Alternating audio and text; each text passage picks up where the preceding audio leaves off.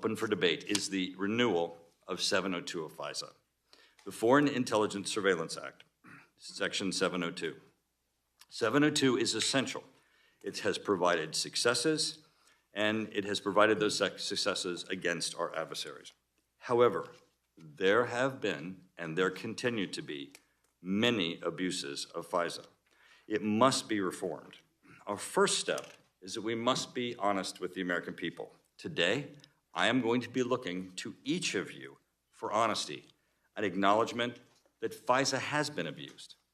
From that acknowledgement, we can together find solutions and reforms as we work to renew 702 of FISA. To aid in this process, I have appointed a working group, 3 members of the majority. Jim Haynes will be appointing 3 members of the minority to the working group. The working group will have equal numbers of Democrats and Republicans. Darren LaHood will be its chair. I've appointed Representative Darren LaHood to chair this working group because of his leadership, expertise, and integrity. Prior to his election to Congress, Darren LaHood served as a career prosecutor at both the state and federal levels. Specifically, he worked for the U.S. Department of Justice as an assistant United States attorney and was selected as the chief terrorism prosecutor in Las Vegas, Nevada. I am confident that his experience in investigating and prosecuting criminal and terrorist activities make him supremely qualified to lead this important bipartisan working group. I'm excited about the important work this working group is planning to do, and under Darren's leadership, I'm confident that they will produce meaningful reform proposals. But I would be remiss if I did not underscore the burdensome task that they have in front of them, and the reality that Congress cannot preserve FISA alone. What we need from each of you is a commitment to work with the committee and Representative LaHood's working group to gain America's trust and to pursue legislative reforms to the FISA process that safeguard and guarantee the constitutional rights of all American citizens. This commitment is necessary because it is the actions of individuals in your organizations who have degraded the public trust and has ultimately put FISA at risk. It is not Congress that has put FISA at risk. It is your organization. These abuses did not happen somewhere else. They happened underneath the leadership of the individuals that are represented at the table in front of us. Well, that may sound harsh, but the first step in earning back this trust is an ability to admit that there is, in fact, a problem. This problem can't be explained as unintentional line staff mistakes and misunderstandings. It is a problem that will require cooperation with clear and open minds. We cannot undertake a clean reauthorization of 702 without an acknowledgement of the problem, a concerted effort to gain back trust, and a commitment to working with Congress toward meaningful reforms. I know that every member of this committee is committed to pursue the renewal of 702 and understand its importance and the work that it accomplishes for our national security. With that, I yield to my ranking member. Thank you, Mr. Chairman, and thank you to each of our witnesses for appearing today. We are grateful for the important work that the intelligence community workforce does every day for our nation. The annual Worldwide Threats Open Hearing is a unique opportunity for the public to hear directly from intelligence community leadership about the latest assessments of the most pressing national security threats facing the United States. It's important for the American people to understand the variety of nation-states and non-nation-state actors that remain serious concern to our intelligence agencies and to the national security of the United States. North Korea's threatening behavior towards the United States and our South Korean allies continues at a high clip, even as their missile program makes rapid progress.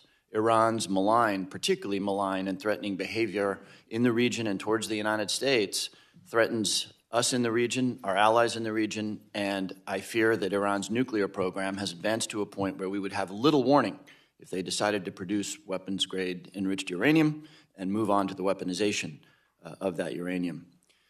Of course, Russia remains a central threat 1 year into Putin's brutal invasion of Ukraine. Last year, Chairman Turner and I had the opportunity to visit Kyiv and meet President Zelensky and his leadership to see firsthand the courage of the Ukrainian people who are defending their homeland. The assistance and support we've provided, along with our allies, have frustrated Putin's ambitions, but we have clearly a long way to go and some thinking to do about how to make sure that that conflict doesn't continue being the meat grinder that it is. Which brings me to China, which is the central, I believe, strategic challenge we face in the world, one marked by a complicated and interdependent economic relationship. Last week, we held a hearing with leaders from the foreign policy community, and Dr. Richard Haas, most recently of the Council on Foreign Relations, observed that however one might characterize our relationship with China, the easy Cold War analogies to the Soviet Union are inapt. The Soviet Union was not integrated into the global economy. For all our discussion of decoupling, the United States and China set a new record in 2022 on two-way trade between our countries, totaling $700 billion. China currently holds close to $1 trillion of United States sovereign debt. So how do we respond to an increasingly aggressive and militaristic Chinese approach to world affairs? China clearly aspires to export its authoritarian approach to governance, including the technological tools that enable their regime to restrict speech and surveil their people. How well do we know Chinese thinking, intentions, red line, and weaknesses? As the policymakers navigate this difficult path, that will be an essential task for the intelligence community. A word on technology, which I think I have talked to all of you about. For the first time since the Manhattan Project in the late 1940s, we are not the clear technological leader. Innovation is happening elsewhere, and of course, innovation is happening at a rapid clip inside China. And we no longer live in the era of planes and tanks and battleships. Technology today means artificial intelligence, quantum computing, and biosynthesis. None of those are areas in which we want to be even a fast follower. We want to be at the point of the spear on innovation on those things. I concur with the chairman on 702. The people sitting here today understand that 702 authorities must be reauthorized. 702, unlike the Section 215 metadata collection program, is a 24/7, day-by-day essential tool to keeping this country safe. But the chairman's not wrong. The Congress, we have a long way to go to educating the Congress on precisely what those authorities are.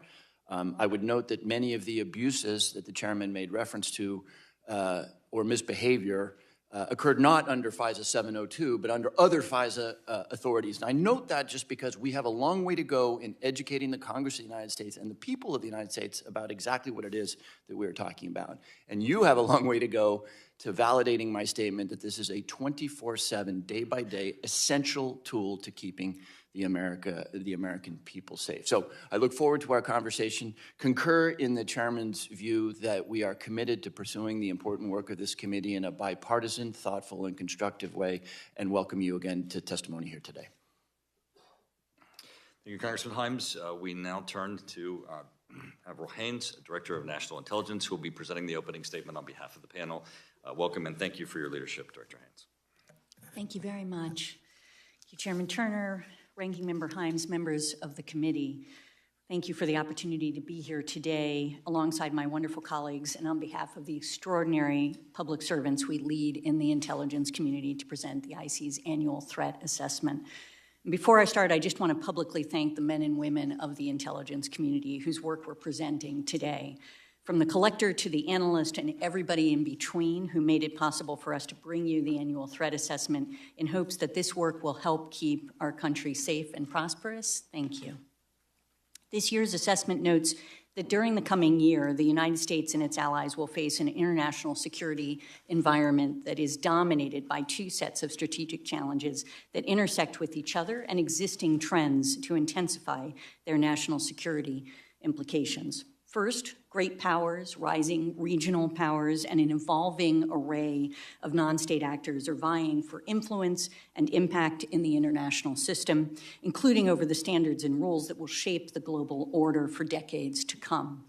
The next few years are critical as strategic competition with China and Russia intensifies, and in particular over how the world will evolve and whether the rise of authoritarianism can be checked and reversed. How well we stay ahead of and manage this competition will be fundamental to our success in navigating everything else. Second, challenges that transcend borders, including climate change, human and health security, and economic needs made worse by energy and food security, as well as Russia's unprovoked and illegal invasion of Ukraine, are converging as the planet emerges from the COVID-19 pandemic, and all at the same time as great powers are challenging long-standing norms for transnational cooperation. Further compounding this dynamic is the impact that rapidly emerging technologies, Ranking Member Haines noted, are having on governance, business, society, and intelligence around the world. And given that background, the People's Republic of China, which is increasingly challenging the United States economically, technologically, politically, and militarily around the world, remains our unparalleled priority. Chinese Communist Party, or CCP, under President Xi Jinping, will continue efforts to achieve Xi's vision of making China the preeminent power in East Asia and a major power on the world stage. The CCP is increasingly convinced that it can only fulfill Xi's vision at the expense of U.S. power and influence, and by using coordinated whole-of-government tools to demonstrate strength and compel neighbors to acquiesce to its preferences, including its land, sea, and air claims in the region and its assertions of sovereignty over Taiwan. Last October, President Xi secured his third 5-year term as China's leader of the 20th Party Congress, and as we meet today, China's national legislature is in session, formally appointing Xi and confirming his choice to lead the PRC's State Council, as well as its ministries and the leaders of the military, legislative, and judicial branches. And after more than a decade serving as China's top leader, Xi's control over key levers of power give him significant influence over most issues. Xi has surrounded himself with like-minded loyalists at the apex of the party's standing committee, China's highest decision-making body, and we assess that during the course of Xi's third term, they will together attempt to press Taiwan on unification, undercut U.S. influence, which they perceive as a threat, drive wedges between Washington and its allies and partners, and promote certain norms that favor China's authoritarian system. And you may have seen Xi's recent criticism during his speech on Monday of what he referred to as America's suppression of China, reflecting his longstanding distrust of U.S. goals and his apparent belief that the United States seeks to contain China. Xi's speech was the most public and direct criticism that we have seen from him to date, and probably reflects growing pessimism in Beijing about China's relationship with the United States, as well as Xi's growing worries about the trajectory of China's economic development and indigenous technology innovation, and challenges that he now blames on the United States. He also wants to message his populist and regional actors that the U.S. bears responsibility for any coming increase in tensions. And despite public and directly critical rhetoric, however, we assess that Beijing still believes it benefits most by preventing a spiraling of tensions and by preserving stability in its relationship with the United States. Specifically, Beijing wants to preserve stability in East Asia, avoid triggering additional economic punishments from U.S. sanctions and U.S. partners, and showcase a steady relationship with the United States to avoid setbacks in its other relationships around the world, even while signaling opposition to claimed U.S. provocations, including the shoot-down of the PRC balloon. He wants a period of relative calm to give China the time and stability it needs to address domestic difficulties. Xi's principal focus is on domestic economic development, which is not assured. The IC assesses that China's long-term economic growth will continue to decelerate because China's era of rapid catch-up growth is ending, and structural issues such as debt, demographics, inequality, over-reliance on investment, and suppressed consumption remain.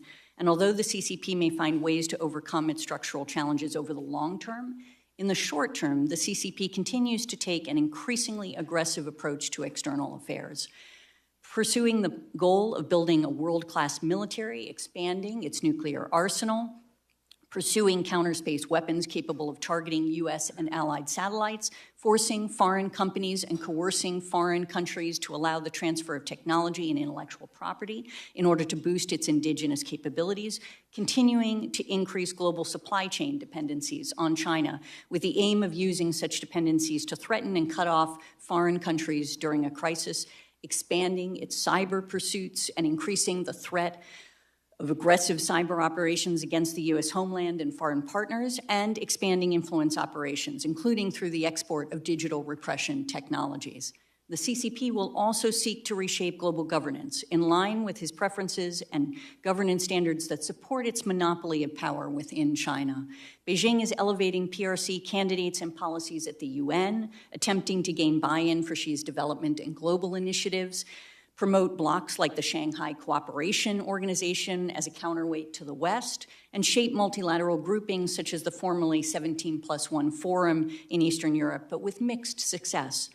In brief, the CCP represents both the leading and most consequential threat to U.S. national security and leadership globally, and its intelligence-specific ambitions and capability make it our most serious and consequential intelligence rival. During the past year, the threat has been additionally complicated by a deepening collaboration with Russia, which also remains an area of intense focus for the intelligence community. And when we were here last before the committee for the ATA annual threat assessment last year, it was only a few weeks after Russia's unprovoked and illegal invasion of Ukraine. Now we're over a year into the war, which is reshaping not only Russia's global relationships and strategic standing, but also our own, strengthening our alliances and partnerships in ways that President Putin almost certainly did not anticipate, often precipitating the very events that he hoped to avoid, such as Sweden and Finland's petition to join NATO. And on the battlefield, there is currently a grinding attritional war in which neither side has definitive military advantage, and the day-to-day fighting is over hundreds of meters, currently focused in Donetsk as Russia tries to capture the remainder of the oblast. The Russians are making incremental progress on Bakhmut, which is not a particularly strategic objective, but are otherwise facing considerable constraints, including personnel and ammunition shortages, dysfunction within the military's leadership, exhaustion, and morale challenges. And even as the Russian offensive continues, they are experiencing high casualty rates. Putin is likely better understanding the limits of what his military is capable of achieving and appears to be focused on more modest military objectives for now. Export controls and sanctions are hampering Russia's war effort, particularly by restricting access to foreign components necessary to produce weapon systems. And if Russia does not initiate a mobilization, a mandatory one, and identify substantial third-party ammunition supplies, it will be increasingly challenging for them to sustain even the current level of offensive operations in the coming months, and consequently, they may fully shift to holding and defending the territories they occupy. In short, we do not foresee the Russian military recovering enough this year to make major territorial gains, but Putin most likely calculates that time is on his side, and prolonging the war, including with potential pauses in the fighting, may be his best remaining pathway to eventually securing Russia's strategic interests in Ukraine, even if it takes several years. Ukraine, of course, also faces challenges. Ukraine's prospects for success in a major spring offensive will probably hinge on several factors. At present, the Ukrainian armed forces remain locked in a struggle to defend against Russian offenses across eastern Ukraine. And while these Russian assaults are costly for Russia, the extent to which Ukrainian forces are having to draw down their reserves and equipment, as well as suffer further casualties, will all likely factor into Ukraine's ability to go on the offensive later this spring. The IC continues to monitor Putin's reactions and his nuclear saber rattling. Our analysts assess that his current posturing is intended to deter the West from providing additional support to Ukraine as he weighs a further escalation of the conflict. And he probably still remains confident that Russia can eventually militarily defeat Ukraine and wants to prevent Western support from tipping the balance and forcing a conflict with NATO. And of course, the already considerable human toll of the conflict is only increasing. In addition to the many tens of thousands of casualties suffered by the Russians and Ukrainian militaries, more than 8 million people have been forced to flee Ukraine since Russia invaded. There is widespread reporting of atrocities committed by Russian forces, including deliberate strikes against non-military targets such as Ukraine's civilian population and civilian infrastructure, particularly its energy facilities and electrical grid. Russia and its proxy groups almost certainly are using so-called filtration operations to detain and forcibly deport tens of thousands of Ukrainian civilians to Russia, and the IC is engaged with other parts of the U.S. government to document and hold Russia and Russian actors accountable for their actions. The reaction to the invasion from countries around the world has been resolute, hurting Russia's reputation in the world and generating criticism at home. Moscow has suffered losses that will require years of rebuilding and leave it less capable of posing a conventional military threat to Europe and operating assertively in Eurasia and on the global stage. And as a result, Russia will become even more reliant on asymmetric options such as nuclear, cyber, and space capabilities, and on China. Our assessment also covers Iran, which continues to pursue its longstanding ambitions for regional leadership and is a threat to U.S. persons directly and via proxy attacks.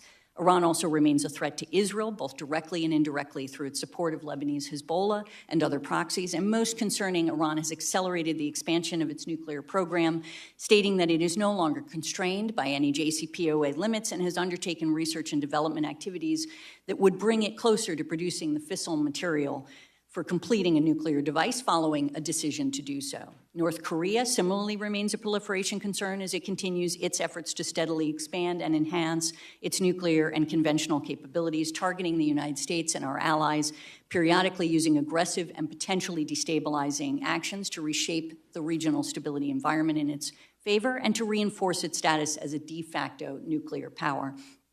In addition, regional challenges such as interstate conflicts, instability, and poor governance developments also pose growing challenges. In Africa and the developing world, increased poverty, hindered economic growth, and widespread inequality are creating the conditions that are feeding domestic unrest, insurgencies, democratic backsliding, authoritarianism, and cross-border conflict spillover. And several parts of the Middle East will remain plagued by war, insurgencies, and corruption. In the Western Hemisphere, persisting economic weakness, insecurity, corruption are fueling public frustration and anti-status quo pressures that very likely will present governance challenges to leaders while also posing sustained spillover migration, criminal, and economic challenges for the United States. Throughout the world, countries are struggling to maintain democratic systems and prevent the rise of authoritarians, in some cases because Russia and China are helping autocrats take or hold power. And as I noted at the outset, transnational challenges interact with more traditional threats and often reinforce each other, creating compounding and cascading risks to U.S. national security. For example, climate change remains an urgent threat that will increasingly exacerbate risks to U.S. national security as the physical impacts increase and geopolitical tensions mount over the global response to the challenge. And now, entering the fourth year, the COVID-19 pandemic remains one of the most significant threats, to global public health at a cost of more than $6.5 million trillions of dollars in lost economic output to date. In addition to direct effects of the pandemic, resultant economic, human security, political, and national security implications of COVID-19 continue to strain recovery efforts, presenting both known and unforeseen challenges that probably will ripple through society and the global economy during the next year and for years to come. Russia's aggression against Ukraine has aggravated COVID-19-related fragilities in the global economy, raised commodity prices, fueled market volatility, and contributed to food insecurity and financial instability. And the combination of elevated energy and foods prices has increased the number of individuals facing extreme poverty and food insecurity. Affected countries will struggle to reverse these trends through 2023, even if global food prices stabilize. And Russia's war in Ukraine can be blamed for these intensifying effects, something much of the world also understands and that others, including China, will have to come to terms with as they consider to what extent they want to continue assisting or enabling Russia.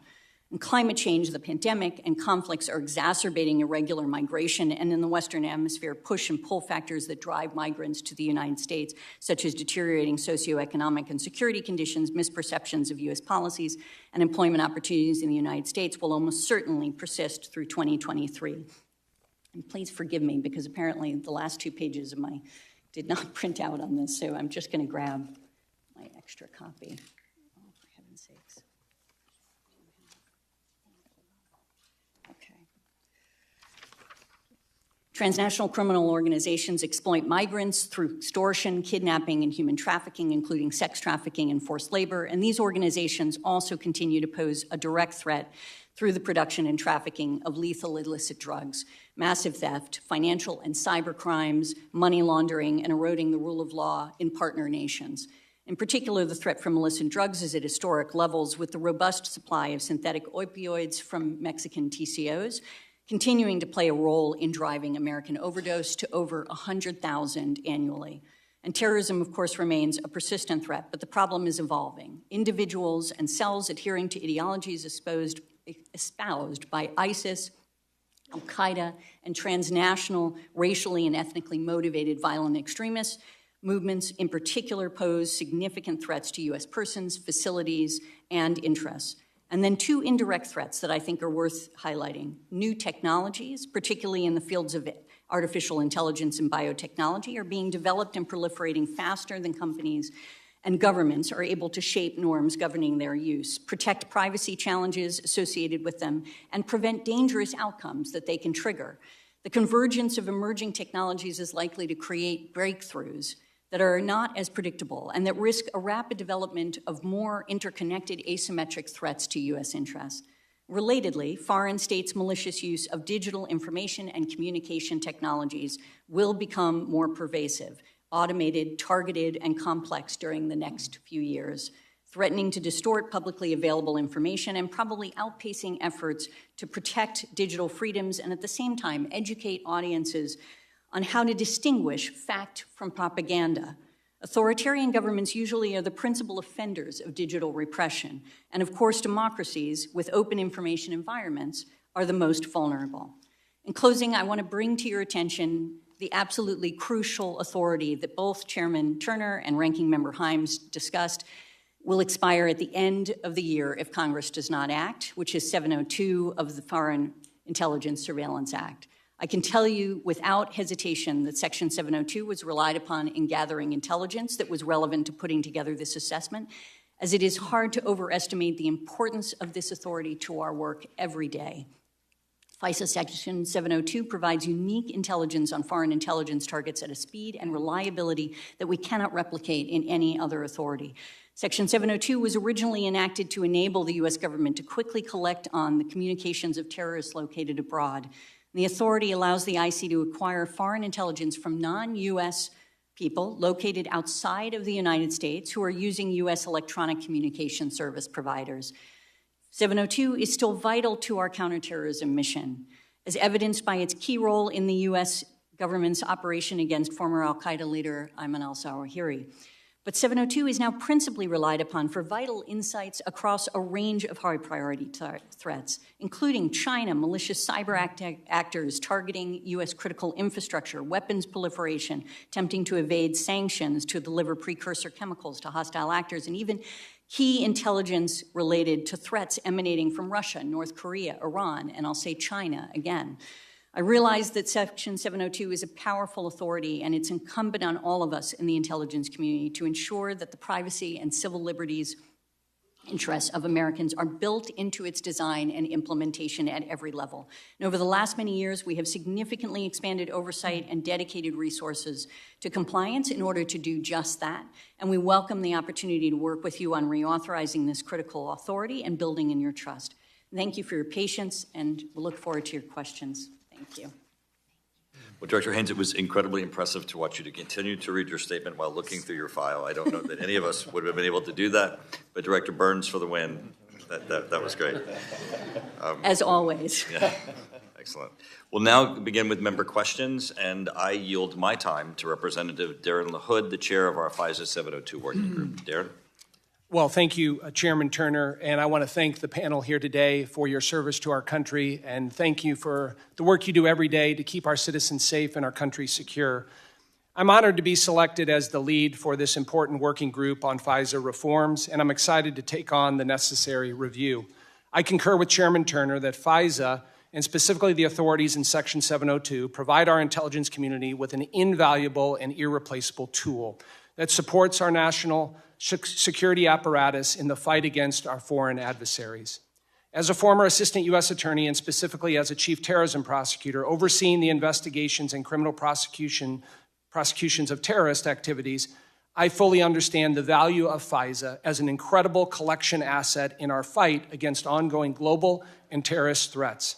This committee has been briefed countless times on the many successes directly attributable to our 702 collection authorities, some of which, Director Haynes, you highlighted in your opening remarks.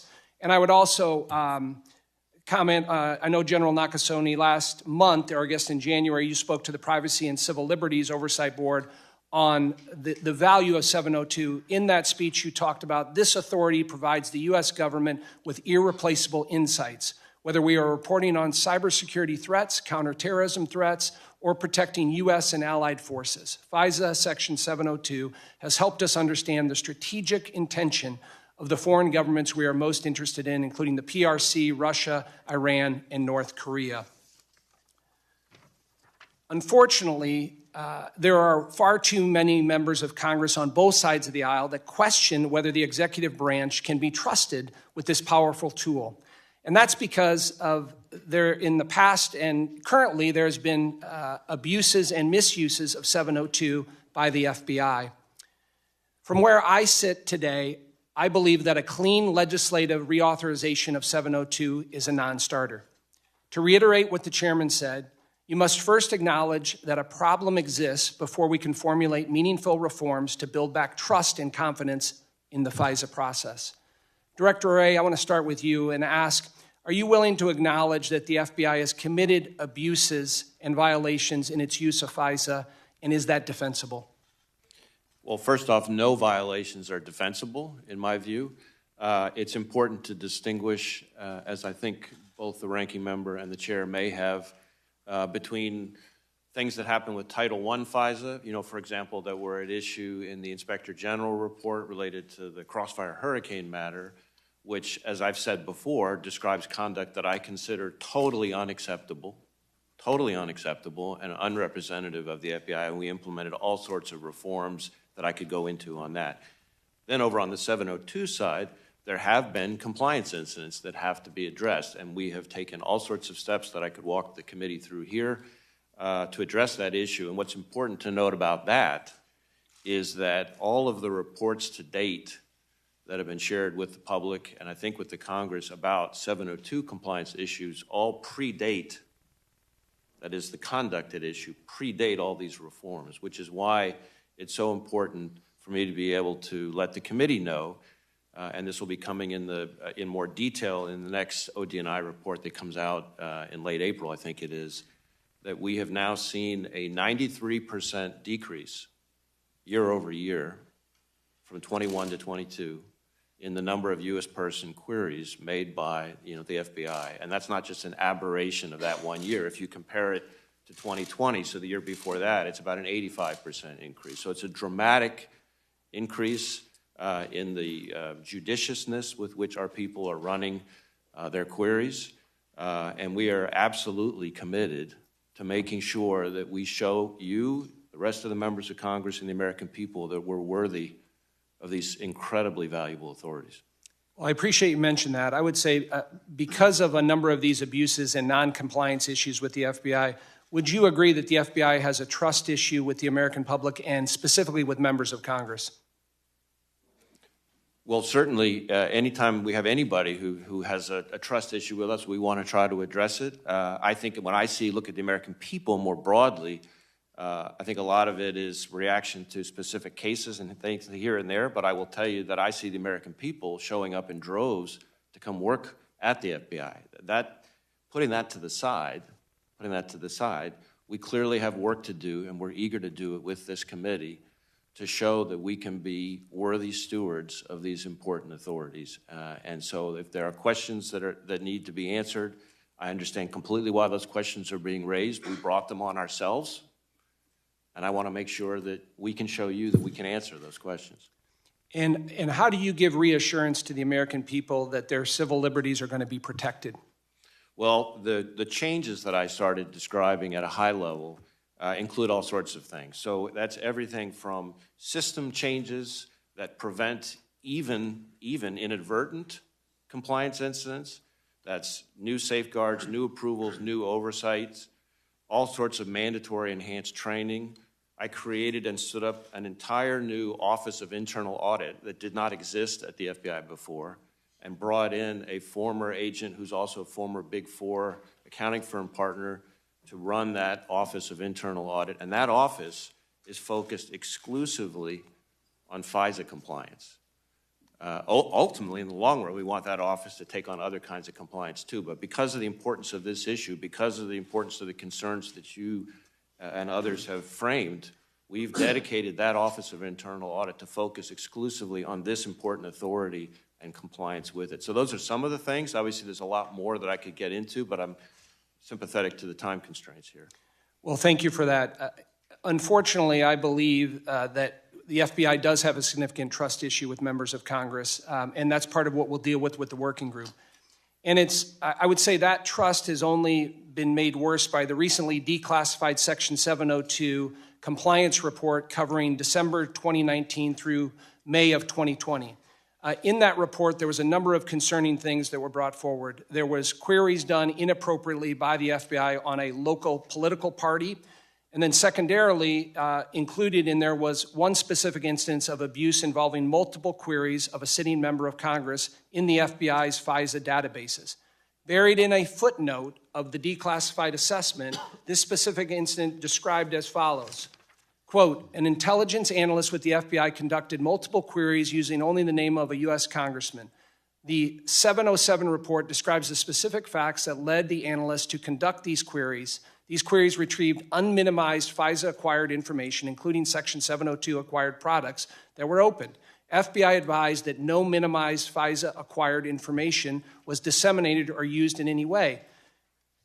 This was reviewed, obviously, by the National Security Division of the U.S. Department of Justice and ODNI, and based on what they reviewed, they found these queries to be wholly inappropriate, not compliant, and a violation because they were overly broad as constructed. I think that the report's characterization of this FBI analyst's action as a mere misunderstanding of querying procedures is indicative of the culture that the FBI has come to expect and even tolerate. It is also indicative of the FBI's continued failure to appreciate how the misuse of this authority is seen on Capitol Hill. And I want to make clear the FBI's inappropriate querying of a duly elected member of Congress is egregious and a violation not only that degrades the trust in FISA, but is viewed as a threat to the separation of powers. I have had the opportunity to review the classified summary of this violation, and it is my opinion that the member of Congress that was wrongfully queried multiple times solely by his name was in fact me. This careless abuse of this critical tool by the FBI is unfortunate. Ironically, I think it gives me a good opportunity and a unique perspective on what's wrong with the FBI and the problems that the FBI has. To highlight that, I would like to submit for the record a couple things. February 28th, 2023, Director Haynes and Attorney General Garland asked for reauthorization from the Congress, but they go in to add that there needs to be rigorous and ongoing oversight of the FBI's 702 querying, specifically their collection decisions on U.S. person inquiries. And they will be evaluating and taking remedial action to address identified incidents of noncompliance by the FBI. I'd like to submit that for the record, Mr. Chairman. Without objection. Secondly, a letter was sent to you on February 15th, Director Wray, 2023, from Congressman Andy Biggs of Arizona, and he talks about the declassified 2021 report detailing these continued abuses of 702. In there, he mentions that these instances should frighten every American, and Congress deserves an explanation for them. He additionally talks about these, quote, backdoor searches are a violation of the Fourth Amendment and cannot continue. I'd ask to submit that for the record. Without objection. Thirdly, article in Politico from March 1st titled DOJ Faces Bipartisan Foulniks or Army of Skeptics on FISA 702. In that article, again referring to this declassified report on the inappropriate use of 702, it talks about, in a sign of, I'll quote here, in a sign of odd political bedfellows in the House who are pushing reforms, conservative Congressman Andy Biggs and progressive member Pramila Jalapai, both members of the Judiciary Committee, publicly vetted on the detail tucked in the footnote of the report. An FBI intelligence analyst improperly queried surveillance data on a U.S. member of the House. I'd ask to submit that for the record. Without objection. Lastly, the footnote that I mentioned that has been declassified states in there that the National Security Division of the U.S. Department of Justice and ODNI assessed, based on the facts and analysis of this FBI analyst, that these queries were not compliant because they were overly broad as constructed. I'd like to submit that for the record. Without objection. The bottom line is 702 deserves to be reauthorized because it's an invaluable tool to our efforts to counter the threats of our adversaries. But the FISA working group must and will pursue reforms and safeguards through this reauthorization process. To help explain to the public why 702 should be reauthorized, I have a few questions for our other panelists. Director Haynes, why do we need 702 to specifically counter China? Thank you, Representative. Specifically with respect to China, there are a number of ways in which 702 is crucial. It's crucial in the context of counterintelligence, where we are looking at where it is that China's efforts to send spies into the United States maybe, and what their planning is in relation to it. It is crucial in the context of threats to our, to U.S. victims and to critical infrastructure through cyber, as we've all indicated. It's crucial to understanding a whole range of issues because it is effectively the most sort of effective way for us to gather intelligence against non-U.S. persons outside of the United States.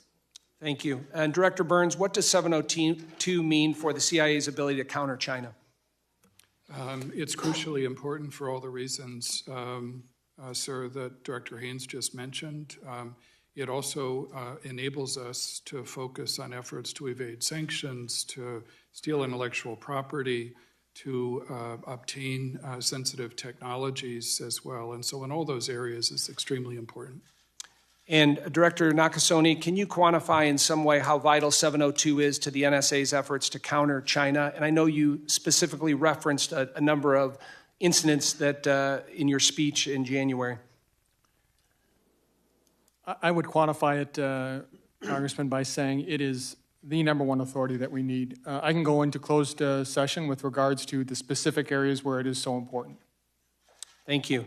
And Director Berrier, as a consumer of the information obtained by 702, can you explain the value of this information in DNI's efforts to counter China?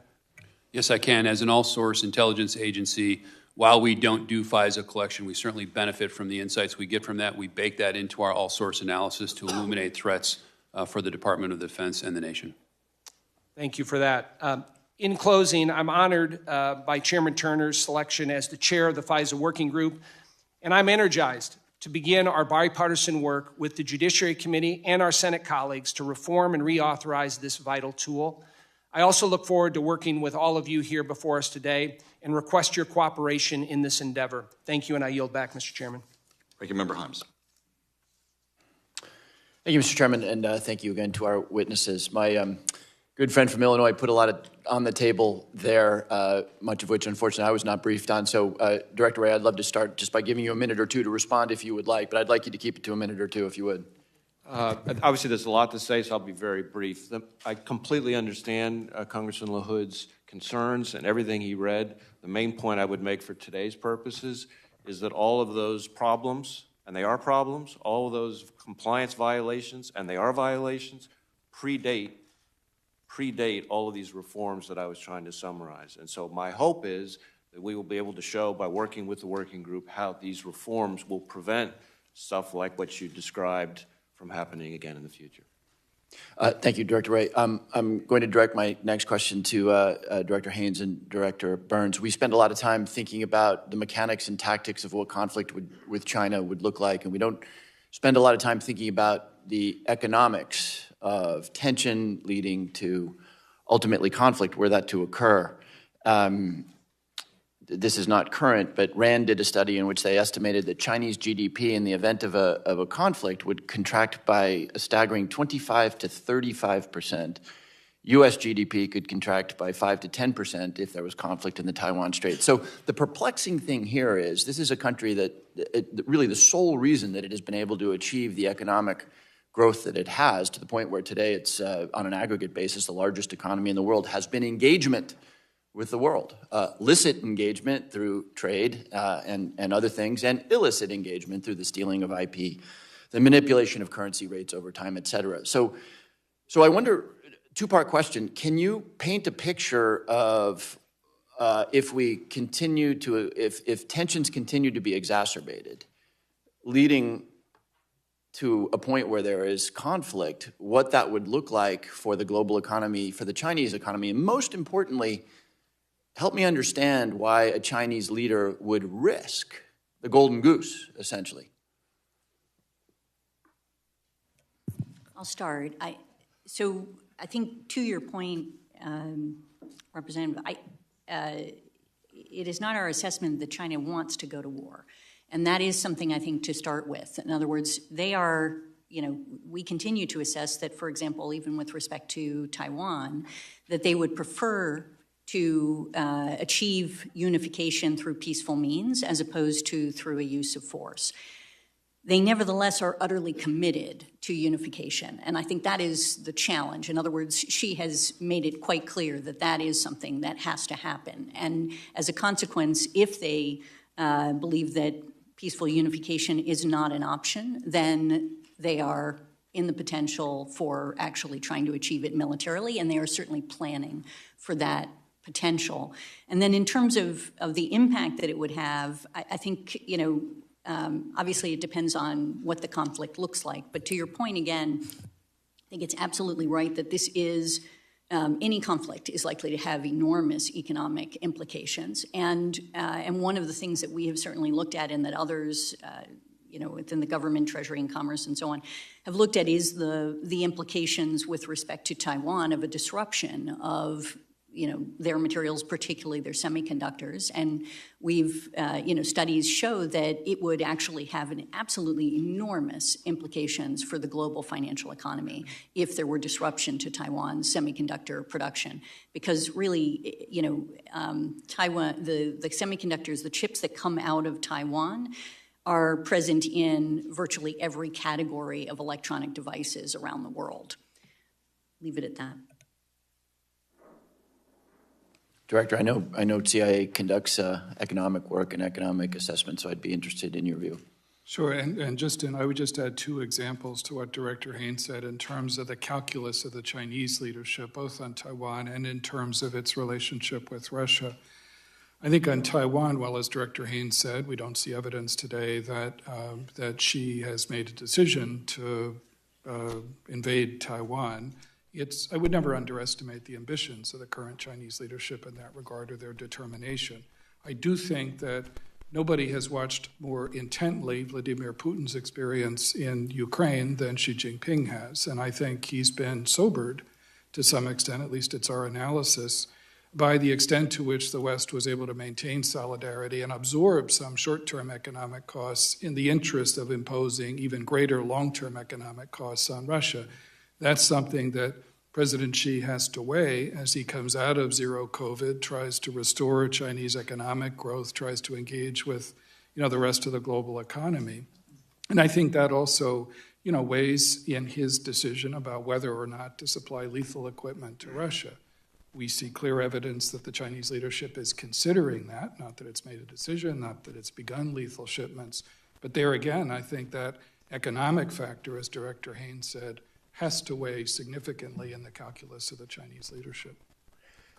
Do we believe that the Chinese leadership sufficiently appreciates, even were they to supply lethal weapons, that would have economic consequences? An awful lot of people around the world would be much more hesitant to do business with China. Do we believe that the leadership in Beijing understands how that is a first step towards, again, killing the golden goose that has allowed that country to grow economically? I think the only thing that I would highlight, Congressman, is that I think it's been important that European leaders have spoken up on this issue as well, because I think for a long time the Chinese leadership has assumed that it could drive wedges between the United States and our European allies on an issue like this.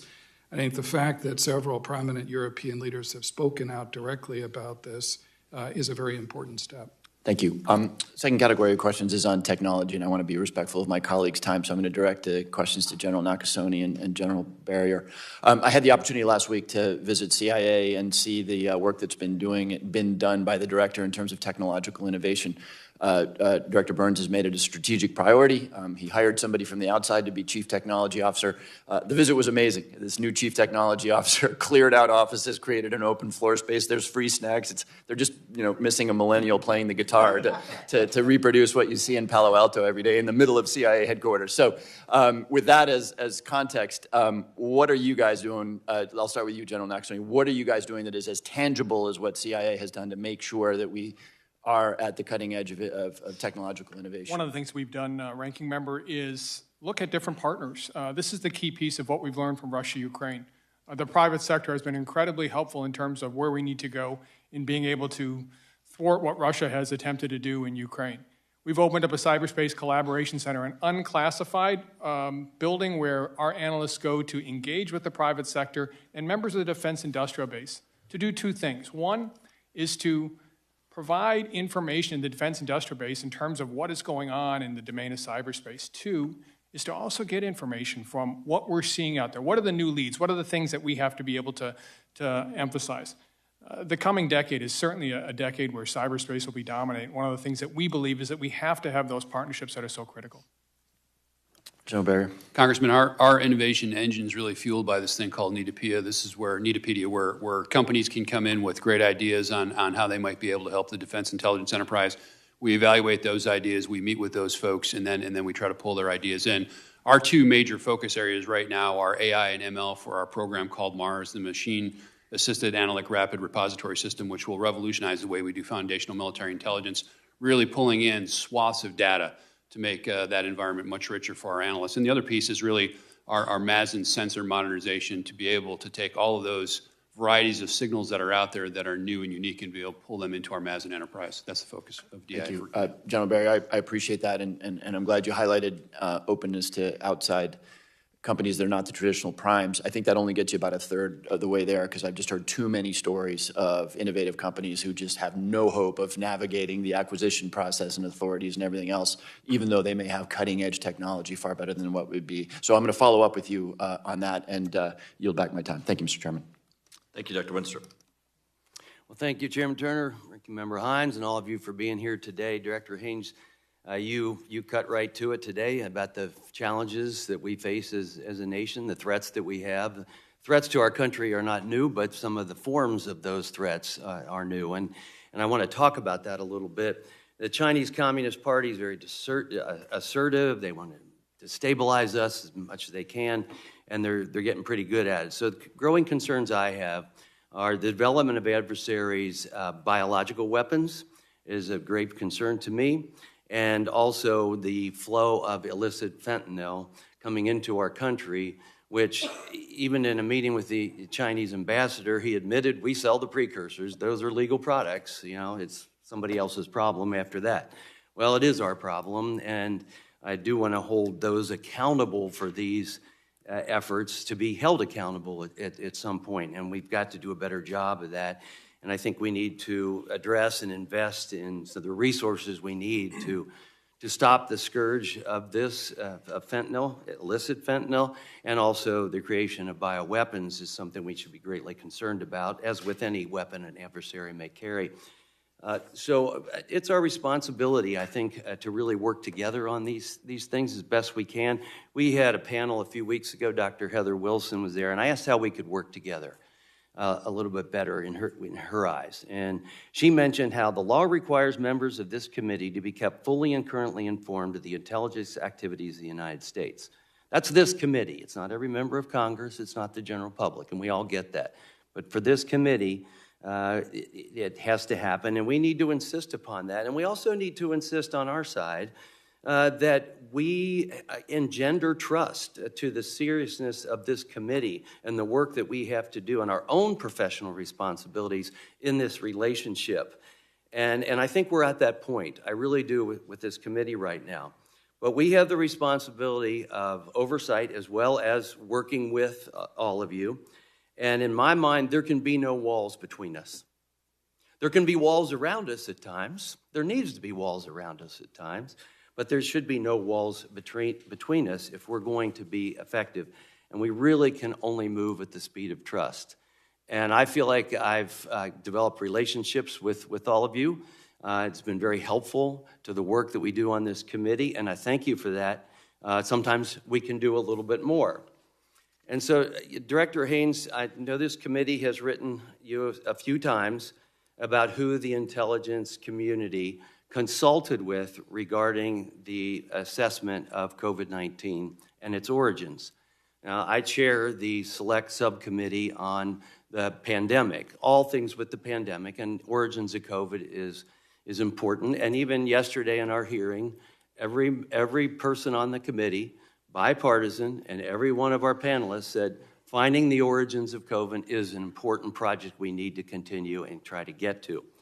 And we can go into all those reasons. You know, why is it important, though, that for us to have this information and to know who the experts are? And, you know, if we hear something like, it's our policy not to tell you on the committee who we spoke to, that's a problem.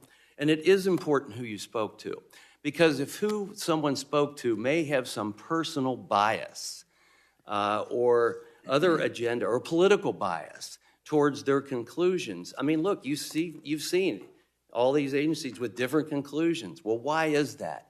Well, part of that may be depending upon who they talk to.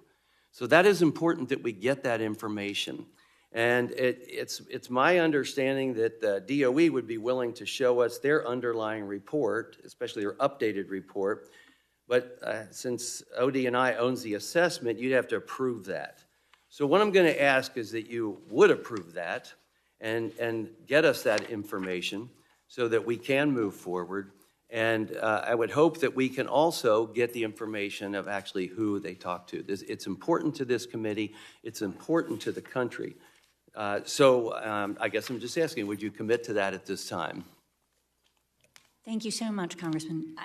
I know this is an issue that we've talked about before, right. And I think, first of all, on the DOE assessment, absolutely, I suspect it would have to be in classified form. I'm sure it's a classified report, but more than happy to share any final assessment that they've done if they're comfortable with it. I can't imagine myself standing in the way, so I don't know what that is, but we'll look into that and get back to you quickly. I think on the more general issue, let me just put a few things down. I think one problem for us is that we obviously want to be able to consult with outside expertise, including academics, a variety of other experts in fields related to COVID-19, but also a series of other areas that we work in. And often for many academics that we consult with, it's not something they do not want to be known as consulting with the intelligence community. It creates challenges for them. If I may, I'm talking about in a classified setting. No, let me finish. And this is important, and this is important to the work, because we do need to know who they are and how they came to their assessments. Congressman, let me just finish. I'll explain. So often what will happen is they will, for example, be willing to participate in a conference or something along those lines that's not for us, and they will do it under Chatham House rules that says that we can't attribute, essentially, anything to them specifically, even though we can bring the information out. That's an example of the kind of challenge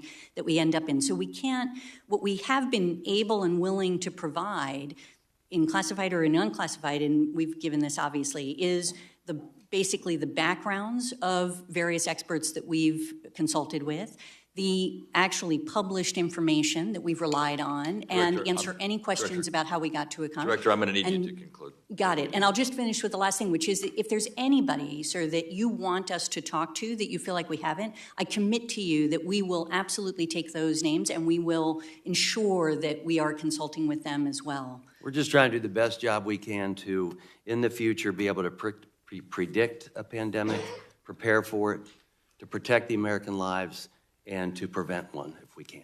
Mr. Carson. Thank you, Chairman and Ranking Member. This is an open question.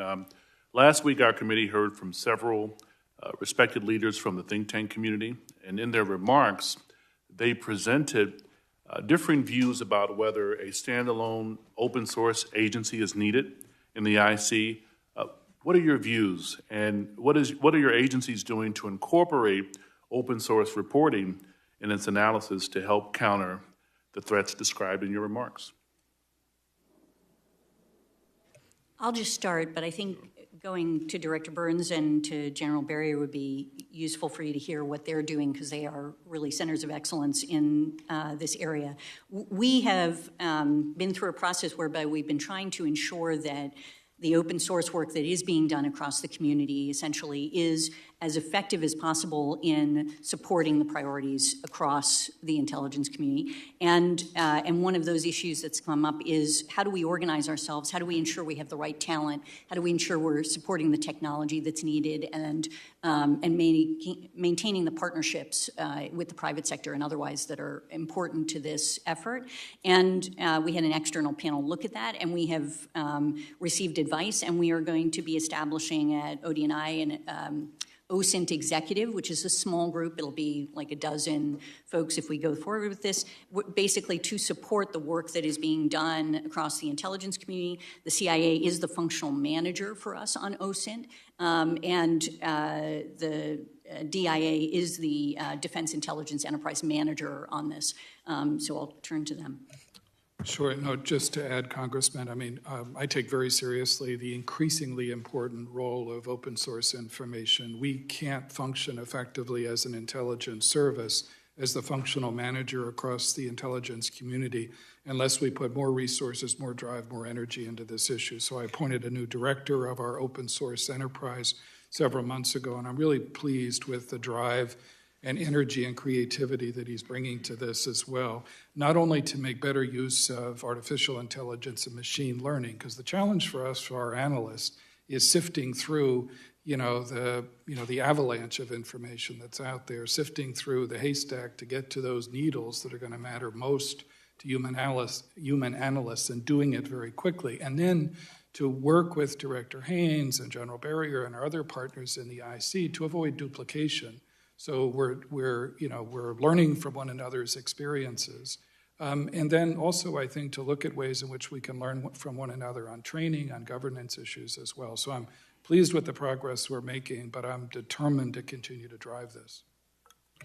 Congressman, we think that open source, when combined with other sources of information that are classified, really comprises the secret sauce for all source analysis. And so I would say, from a defense portfolio side of the house, what we are trying to do is formally establish the defense program so that we have standards for training tradecraft, that we're not getting ripped off in multiple places by buying the same kind of data, and that we're doing this in a way that's smart across the services and across the combatant commands. Lastly, Chairman, recently we heard from several speakers, including General Petraeus, who warned of a lack of a genuine workforce development training in the IC. What are your organizations doing to improve diversity when it comes to recruiting and retaining your workforces? And if you agree that the IC needs to devote more resources to professional development, how do you all plan on tackling those very apparent issues? Yeah, thank you very much, Congressman. I think there is no question that we have to do better on diversity, equity, inclusion, and accessibility. And I think you'll see in our budget requests and our proposals, in all of the work that we're doing, that we are that we see this as an area that we need to focus more intense resources and efforts. I will tell you that what as a general matter, when I look across ODNI, for example, in the senior leadership, and I look at the percentage of Hispanic and Latinos, for example, it is, a little bit more than 3%, and that clearly does not reflect the country. These are things that we are trying to get out. So the first part, from my perspective, is ensuring that we have data that is reliable, that allows us to be held accountable to what our diversity and inclusion is, and that we're able to do barrier studies and work that allow us to understand where there are challenges. We are also working across a range of other issues that we've seen to sort of promote recruitment across the country in a variety of different communities to ensure that we're reaching folks that don't normally come to the IC or know about the IC, that we are focused on retaining the diverse talent that we do have. We've recently looked at a project that would Director, help to I'm going to have to promote- ask you to Sorry, summarize. to let In order to others- get through the list that we have, and we're going to have to close the list, we're going to have to start keeping everyone to the 5 minutes. So if you'd make your answers just a little bit shorter so we can get to everybody and get to the closed session. Okay, all right. Do you yield? Thank you, Chairman. Thank you. Mr. Stewart. All right, I'm going to talk really fast then. There's a couple things I do want to talk about, and again, to hit them both, I'm going to be very brief on the first one, and that is 702, to reemphasize the importance of that. Thanks for all of you being here. We recognize that each of you are distinguished leaders. If I could make this point in introduction to 702, all of us are responsible to the people, but those of us sitting up here have a special responsibility to the people. We go home every weekend and we talk with hundreds of people. I think we have a pulse on where the people are, far more than the executive, far more than military or intelligence officials, and I would say far more than the Senate. And so I think we have a pulse of the people, and in that regard then, when we talk about 702 and the fear and concern they have, with Director Wray, if I could, I'm going to read you a communication I had from a constituent who is a national security expert official. And then I'd ask you to respond, or maybe you don't want to, but I read this to you to illustrate this is the challenge we have when it comes to reauthorizing. And much of this is shared by members of Congress as well, but quoting from him, we could show dozens of examples. Sending FBI agents to shut down local prosecutors for going after Jeff Epstein, systemic abuse of FISA, systemic abuse of First Amendment rights, targeting parents and Catholics, refusing to investigate multiple reports of sexual abuse of U.S. gymnasts. The problem is, speaking of the FBI, they have no accountability, near absolute power, and they know no one, not even Congress, can touch them. That is what many, many Americans feel. And now we have to go to them and say, yeah, we understand your concerns, but at the same time, we want to reauthorize these powers and authorities. I read that for you, as we discussed earlier, as a challenge we have. You're welcome to respond to it, although please do so briefly, or if you just recognize, yeah, we need to admit to the American people that we've made mistakes and we're going to correct it. So, Congressman, I appreciate you sharing your constituent's letter with me. What I would say is, of course, like any major institution, we have made mistakes. Some of the descriptions in the constituent's letter are not accurate in terms of what actually happened, but absolutely we have made mistakes. And to me, the mark of a leading organization is not whether it makes mistakes or not. All major organizations, all elite organizations do, but whether or not we learn from those mistakes. And I think we have. We've made all sorts of changes, which I could go into on different issues, but we're determined to be worthy of all Americans' trust, including your constituents. Well, and I appreciate that, because that's where we're going to find success, is if we can say that we recognize that we can do better. And to do better, the process has got to be reformed somewhat. And we look forward to working with you, because we do have to reauthorize 702. Director Haynes, this is to you. I think you're probably most appropriate to answer this. Now, there's so many things we could talk about here. We look forward to the closed hearing, as I said, but we have to talk about China. I reflect back on my military experience. There were a number of incidents, a couple times when we had American assets, American intelligence aircraft who were captured and had a forced landing in China. The P-3 incident with the J-8 is an example. And during that time, we didn't really know what our policy would be, how the U.S. would respond. In the past, the president has said pretty clearly that we would respond with military action if China were to invade Taiwan. And then shortly after that, the administration kind of walked back those comments, but it didn't occur just once. It occurred several times. We have this policy of strategic ambiguity, which has served us well for the last 30 years. But I wonder if it's not time for us to declare another policy, a new policy, and that is we will defend Taiwan. It's pretty clear the president seems to think that. And I think if we're going to deter, again, understanding the need for strategic ambiguity before, but times are different now. If we're going to deter, I think we have to be clear in saying, yes, we will defend Taiwan militarily if we have to. Director, am I wrong? And has there been a change in the administration's policy regarding ambiguity? Thank you, Congressman. I'm obviously not in a position to comment on policy, but I think you're right in recognizing the President's comments on this issue, and that has been a pretty strong statement. Okay, so let me, in the 13 seconds I have, do we agree that there would be stronger deterrence if our adversaries knew that we would defend militarily if necessary? You mean sort of, in this particular case, I think it is clear to the Chinese what our position is based on the President's comments. Thank you. And I only went 10 seconds over, Mr. Chairman, so I yield back. Very, very good. Mr. Christian-Morthley. Hey, thank you, Mr. Chair, and thank you, Mr. Haines, for unearthing evidence of free snacks at the NSA. We'll be visiting shortly, General Nakasone. My first question is directed to Director Wray. Mr. Wray, you've said that TikTok, the popular app on people's phones, is, quote, a tool that is ultimately within the control of the Chinese government, and it screams out with national security concerns, close quote. We found that TikTok and ByteDance employees regularly engage in a practice called heeding, close in quotes, heeding, a manual push that ensures specific videos, quote, achieve a certain number of video views. Mr. Wray, can you rule out that TikTok has heeded content at the direction of the CCP? I don't think we could rule that out. Can you, now let me just talk about another instance of what I think is very problematic behavior at TikTok and ByteDance, their parent company.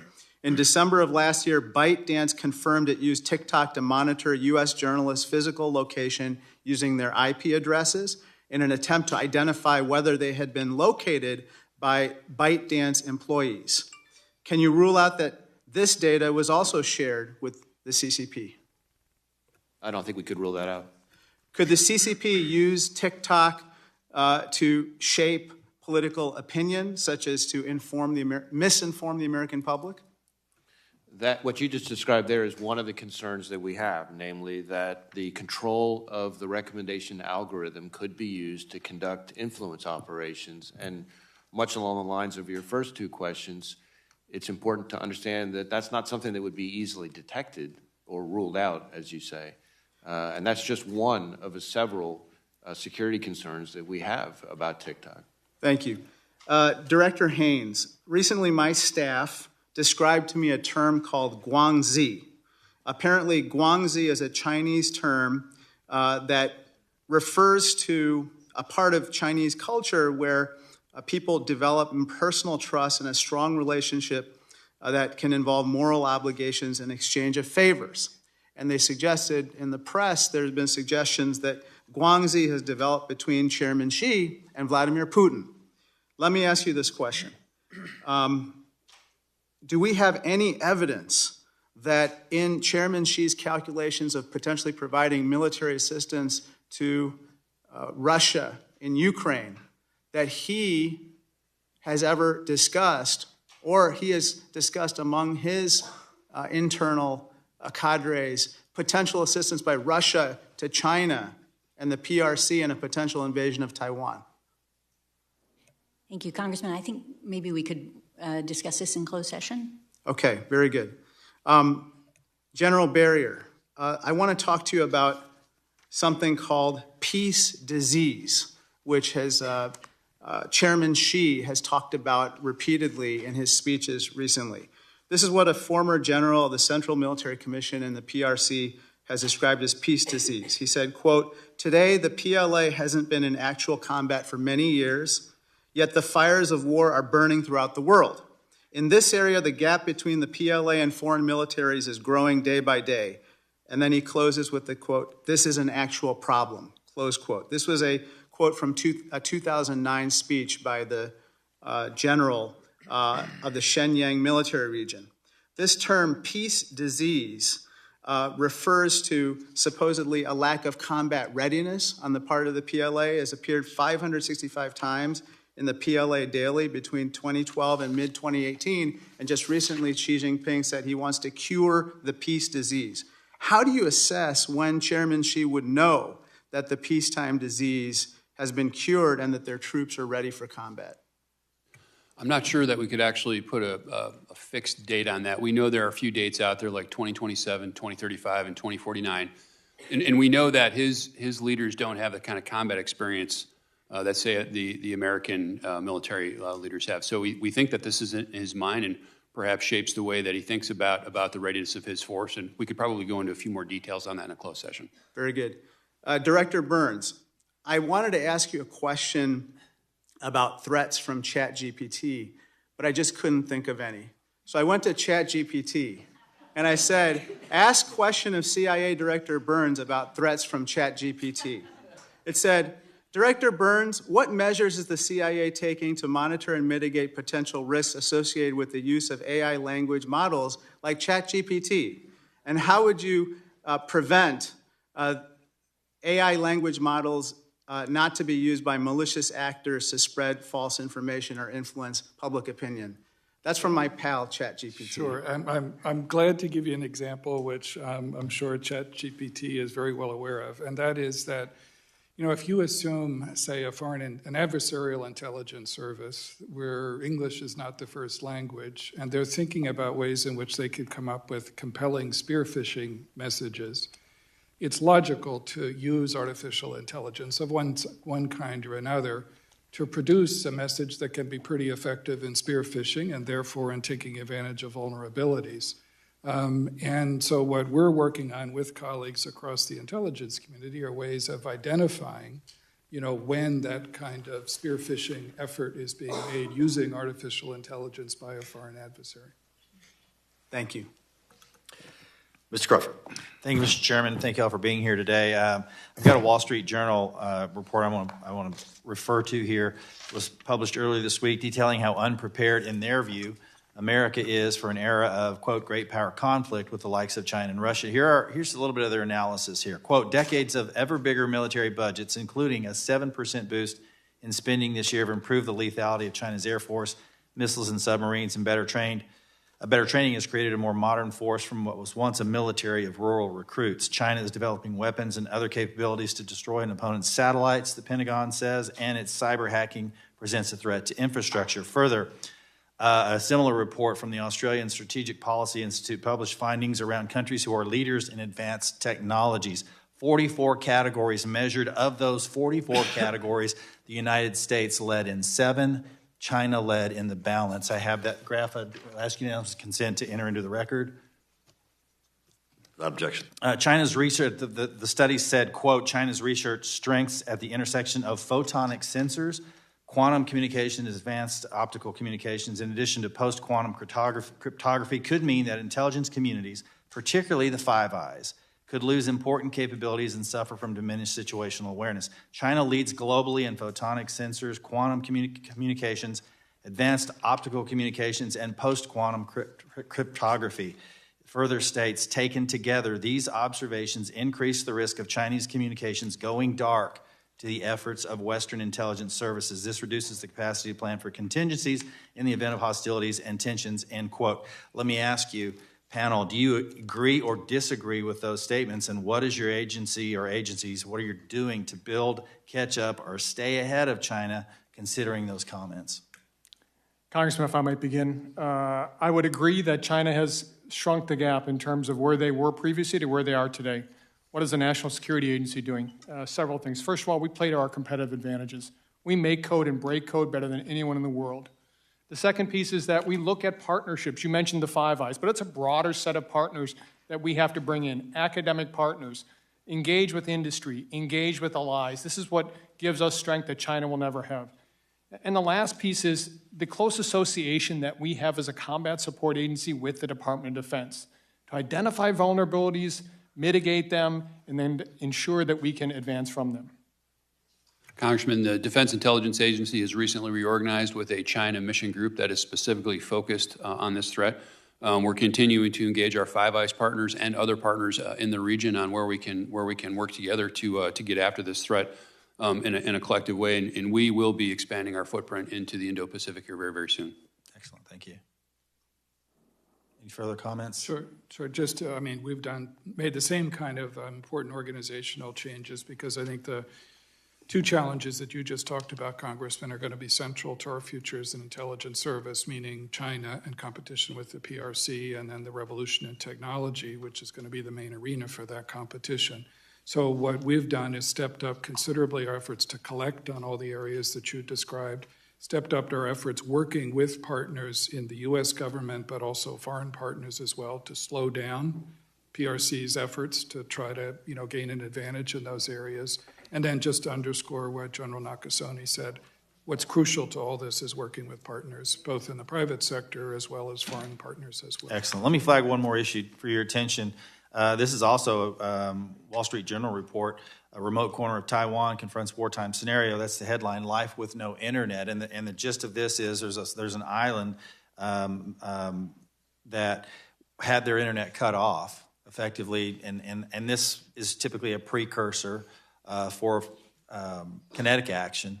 And the question I have is, with regard to Taiwan, do you think we have adequate redundancies to be able to address that threat should that situation arise? I think I'll just say generally this is an issue that we're worrying about across all of partners, allies, et cetera, is to ensure that we have a way to help them. And I think we can, further discuss details. So that's been the case in Ukraine, where obviously that was exactly diminished their capability for communications and so on, operational control. And that's why I asked the question, because I obviously have some concerns about addressing that. Do we have the adequate resources in place to mitigate that threat? Thank you. I yield back. Mr. Crow. Thank you, Mr. Chairman. Russia has committed and continues to commit unspeakable war crimes against the Ukrainian people during the conduct of this war. The United States is not a signatory to the International Criminal Court, but Congress last year passed a law that made it very clear that we should provide intelligence and information related to these crimes to the International Criminal Court. And I will quote, in the appropriations bill that passed late last year, it allows exceptions allowing for assistance with, quote, investigations and prosecutions of foreign nationals related to the situation in Ukraine, including to support victims and witnesses, end quote. And of course, the discussion around that and the debate around that made it very clear that congressional intent was for the IC to provide that information to the ICC. It's my understanding that there's debate within the administration, more specifically that the Department of Defense is preventing that assistance and that information from being relayed to the ICC, including a principals meeting that occurred on February 3rd, where there was debate about that. So, Director Haynes, is it your understanding that current law passed by Congress mandates the ICC provide, or the United States, the IC provide this information to the ICC in furtherance of investigations of Russian war crimes? Thank you, Congressman. We absolutely, and I don't think there's any debate that we should be providing support to the ICC on Russian war crimes, as a general matter. What we do is we provide intelligence that can be provided to the ICC through the arms of the U.S. government that typically work with the ICC. So the State Department's War Crimes Issues Office, we don't do that directly. And I think, it's really a question for them as to what exactly they're providing and whether or not. So is it your understanding, Director, that there is information that is currently not being provided to the ICC that the intelligence community would like or otherwise would provide to the ICC, that the Department of Defense and this administration is not allowed to be provided? No. So there's no dispute about that within the administration? We provide it to the policy arms. They provide it to the ICC. I don't actually know exactly what they have provided. So more specifically then, is it your understanding that the Department of Defense is holding up the provision of information or intelligence to the ICC? No. That's not your understanding? It's not my understanding. Okay. I think Director Burns, do you have an understanding one way or the other on this? No, it's same as Director Haynes on the question you asked, sir. Okay. The next question is about the assistance generally to Ukraine. There's a lot of debate within Congress right now and with the administration about both the quantity and the quality of the military assistance to Ukraine. My understanding is that Russia does not have the capability of any major offensives or breakthroughs currently in Ukraine, that they've been degraded sufficiently. So, Director Burns, is that your understanding that in 2023 that the Russians couldn't conduct major offenses or have major strategic success in Ukraine? Yes, sir. It's our judgment that the Russian military is capable of making incremental tactical gains, and they made some in the course of the offensive they've launched over the last 4 or 5 weeks in the Donbass in eastern Ukraine. But it is our collective assessment, I think, that for a whole variety of reasons that Director Haynes mentioned, munition shortages, morale problems, manpower problems, conflicts within their own military leadership, that they're unlikely to be able to make significant strategic breakthroughs or sustain them over the course of the rest of this year. And is it your understanding that Vladimir Putin's strategy is to recapitalize the military, to consolidate support, and to rebuild his infrastructure so that he will be capable of making advances or strategic success within 2024 and 2025, that he's taking a longer-term view? Yeah, I think Vladimir Putin is very much taking a longer-term view. I think he's doubling down in many respects right now. I believe he's convinced that he can make time work for him, that he can grind down the Ukrainians through this war of attrition, that he can wear down Western supporters of Ukraine. And he's convinced also, and has been for some time, that Ukraine matters more to him than to us. Therefore, the challenge, I think, is to puncture that view. So given that, that decisions have to be made about relative risks and where risks lie, short-term risks versus long-term risks, would it be your best advice that we transition the nature of our support to look more towards hardening Ukraine and military modernization efforts that would look further out on the horizon than the shorter-term efforts? Well, I avoid offering free policy advice in my current role these days. What I would say as a matter of intelligence assessment is that the next several months, the next 4, 5, 6 months, are going to be crucial on the battlefield in Ukraine. I think any prospect for a serious negotiation, which President Putin, I do not believe, is ready for today, is going to depend on progress on the battlefield. Therefore, I think analytically, what's important is to provide all the support that we possibly can, which is exactly what the President and our Western allies are doing for the Ukrainians as they prepare for a significant offensive in the spring. And then at the same time, it's not really an either-or question, just as you said, Congressman, it's looking at the long-term security needs of Ukraine to help ensure a situation where Vladimir Putin's Russia is not going to try to mount another offensive or another invasion as they did at the beginning of last year. Thank you. I yield back. Ms. Stefanik.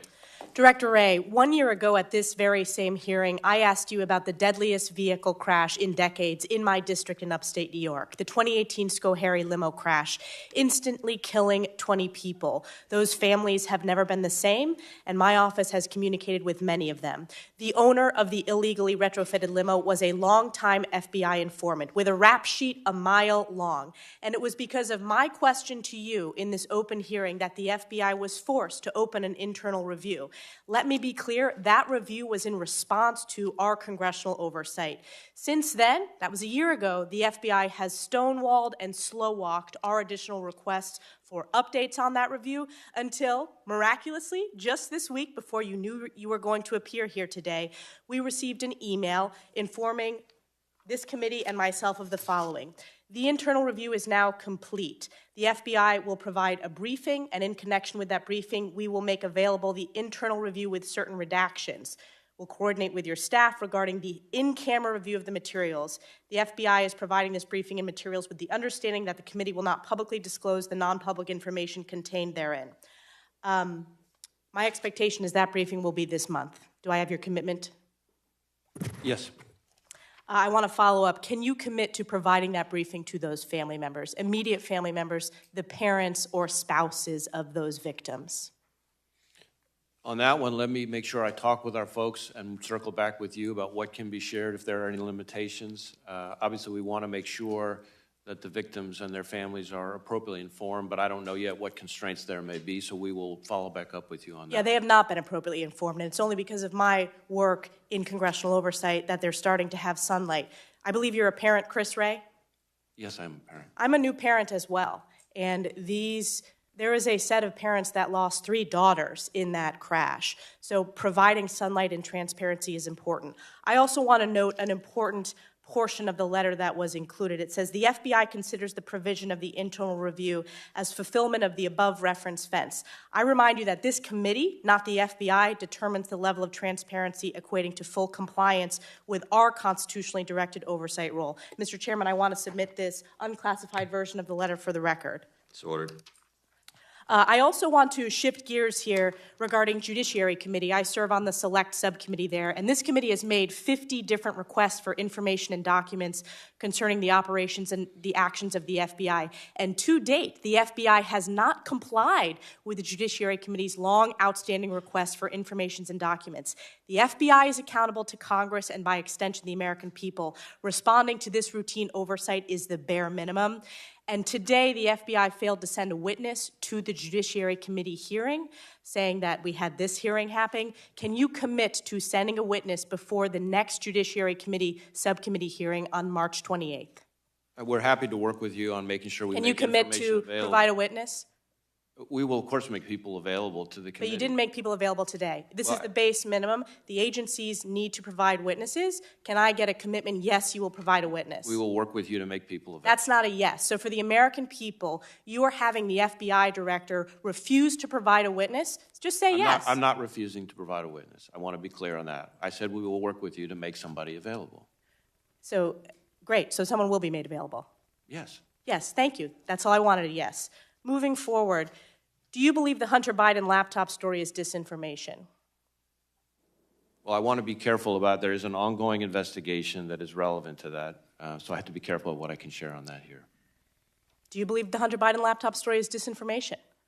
I don't think there's anything I can share on that in open setting. Were you aware that the FBI personnel were in contact with Twitter regarding the Hunter Biden laptop story?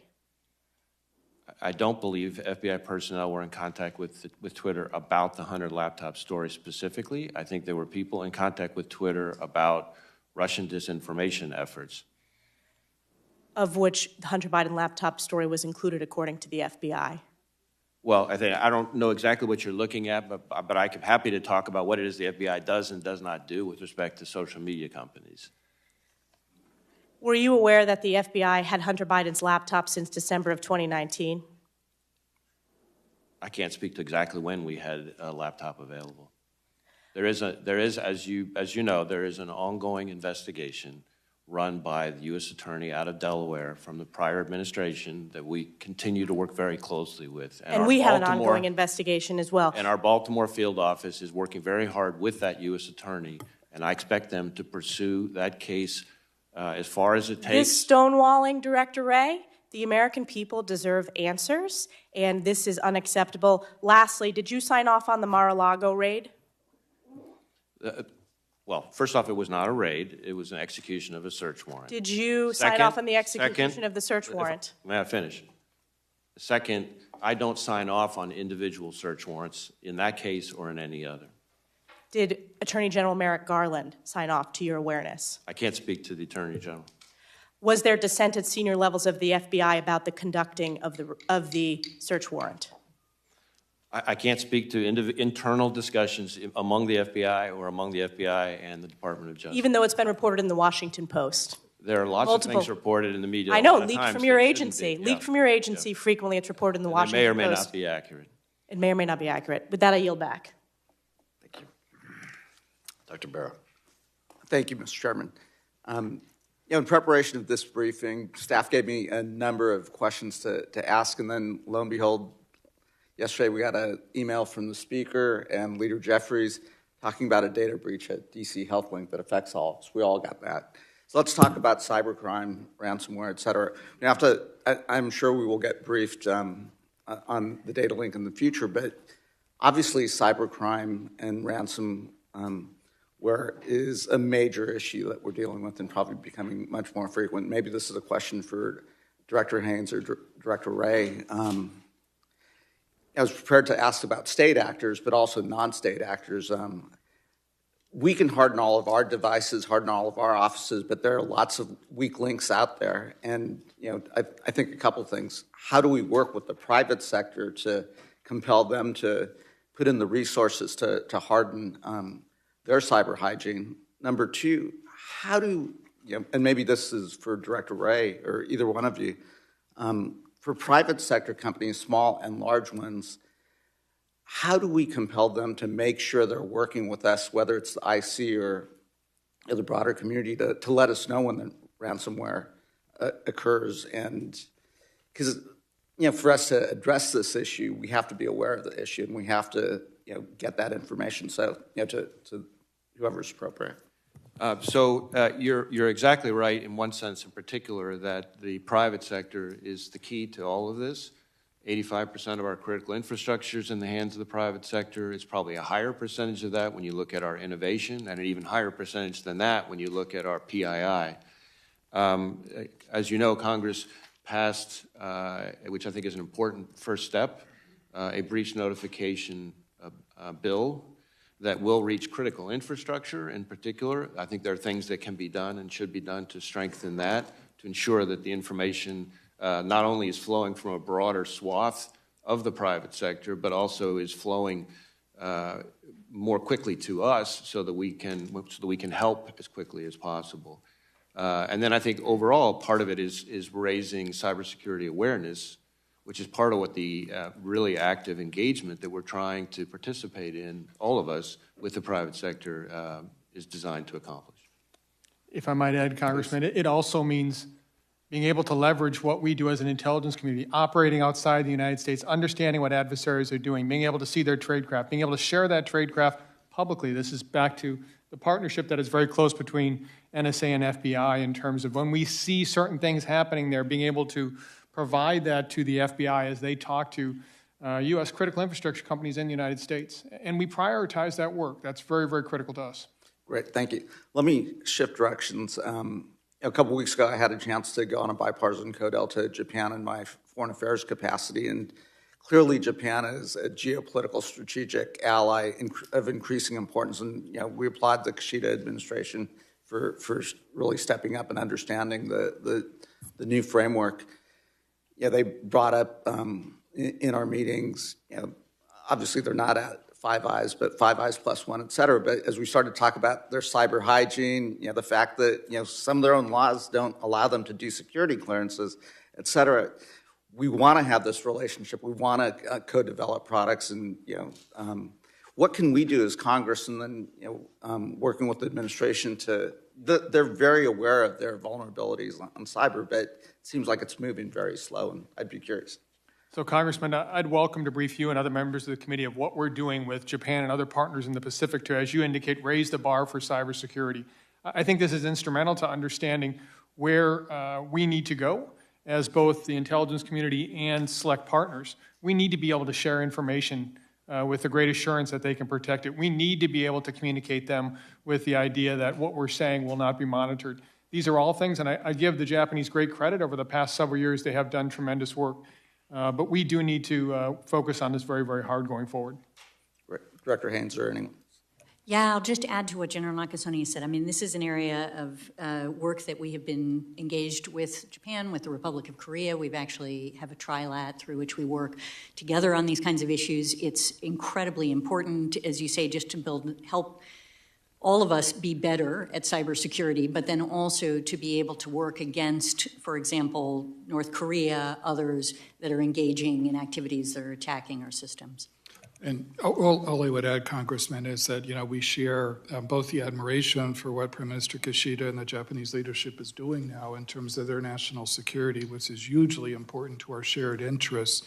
And I think we also applaud the Japanese leadership for understanding what we've sometimes learned the hard way in the United States. It's not as if, we have a monopoly on wisdom on this, but the importance of improving cybersecurity as well. And as an agency, we're working with our partners. I was last in Tokyo in December, I guess, talking about these issues, to do as much as we can to be supportive as the committed allies that we are. Great, thank you. Now you go back. Mr. Kelly.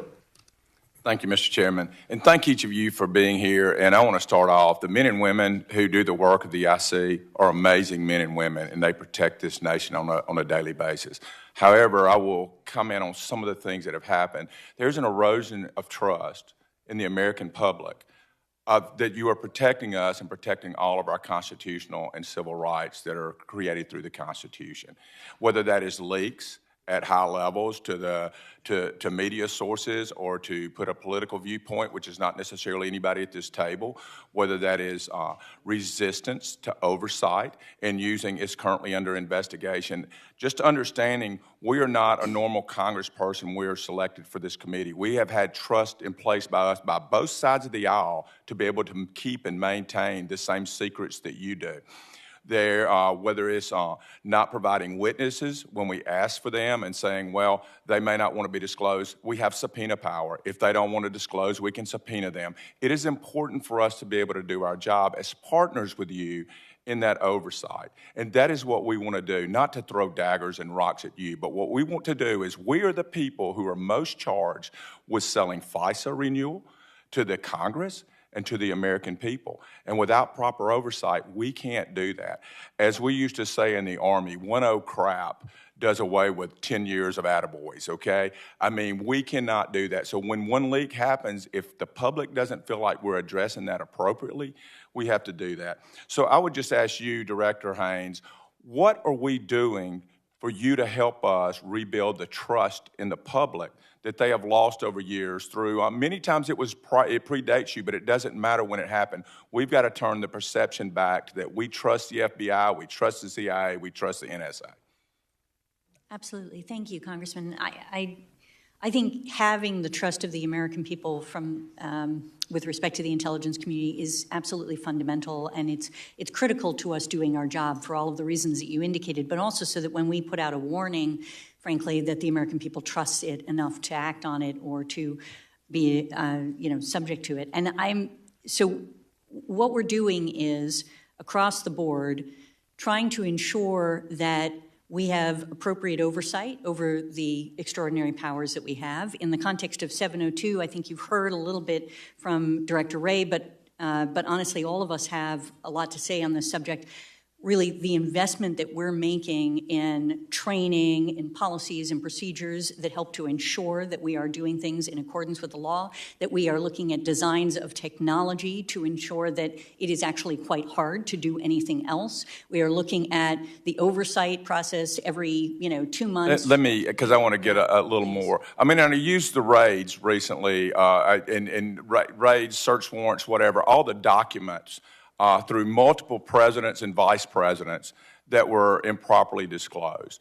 We've got to do a better job of not telling the American public all those things, but they have to know when the CIPSI asks for those things and when we ask for those things and you tell us we don't have a need to know or a right to know, I can assure you that erodes public trust. That does not help. We are not partisan folks on this committee when we are asking that. We are asking that for oversight, so I just ask that you comply with those. And the second thing, I'm going to shift a little bit to the Southern Hemisphere, because I know in your Senate here, you talk quite a lot about the border and those kind of things. We also talked about transnational terrorist organization and drug cartels and those things. That is not a kinetic fight. But I just ask you guys to look at what we as an intelligence community and a Title X community, what can we do training assist-wise to move to the southern border of Mexico south? What can we do to improve our standing in those nations through training and assist or through intelligence provided to them? What can we do to strengthen our relationship so we don't have so much pressure on our border? I'll start, and I'm sure others will want to weigh in. I mean, one thing that I would call out, you rightly said Mexico and then further south. So one of the things that we've been doing that I think we can double down on, and we're trying to do that, is work with the Northern Triangle countries, where you got MS-13, 18th Street Gang, et cetera. But to illustrate how thorny and complicated this problem is, we have what we call transnational anti-gang task forces in all three of El Salvador, Honduras, Guatemala.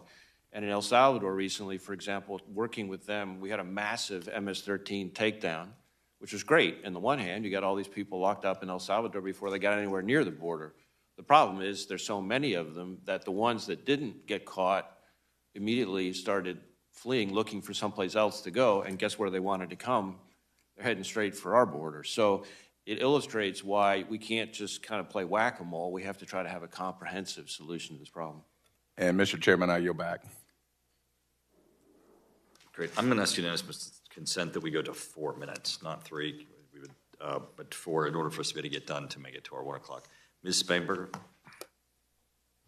All right, thank you so much, Mr. Chairman, and thank you to everyone who's here. I proudly serve so many members of the intelligence community as their representative in Congress. And so on that note, I'd like to start with something that has impacted personnel. I'd like to begin Can we reset the clock, please? by saying that I appreciate the outreach that I have received from various agencies, knowing of my interest in this.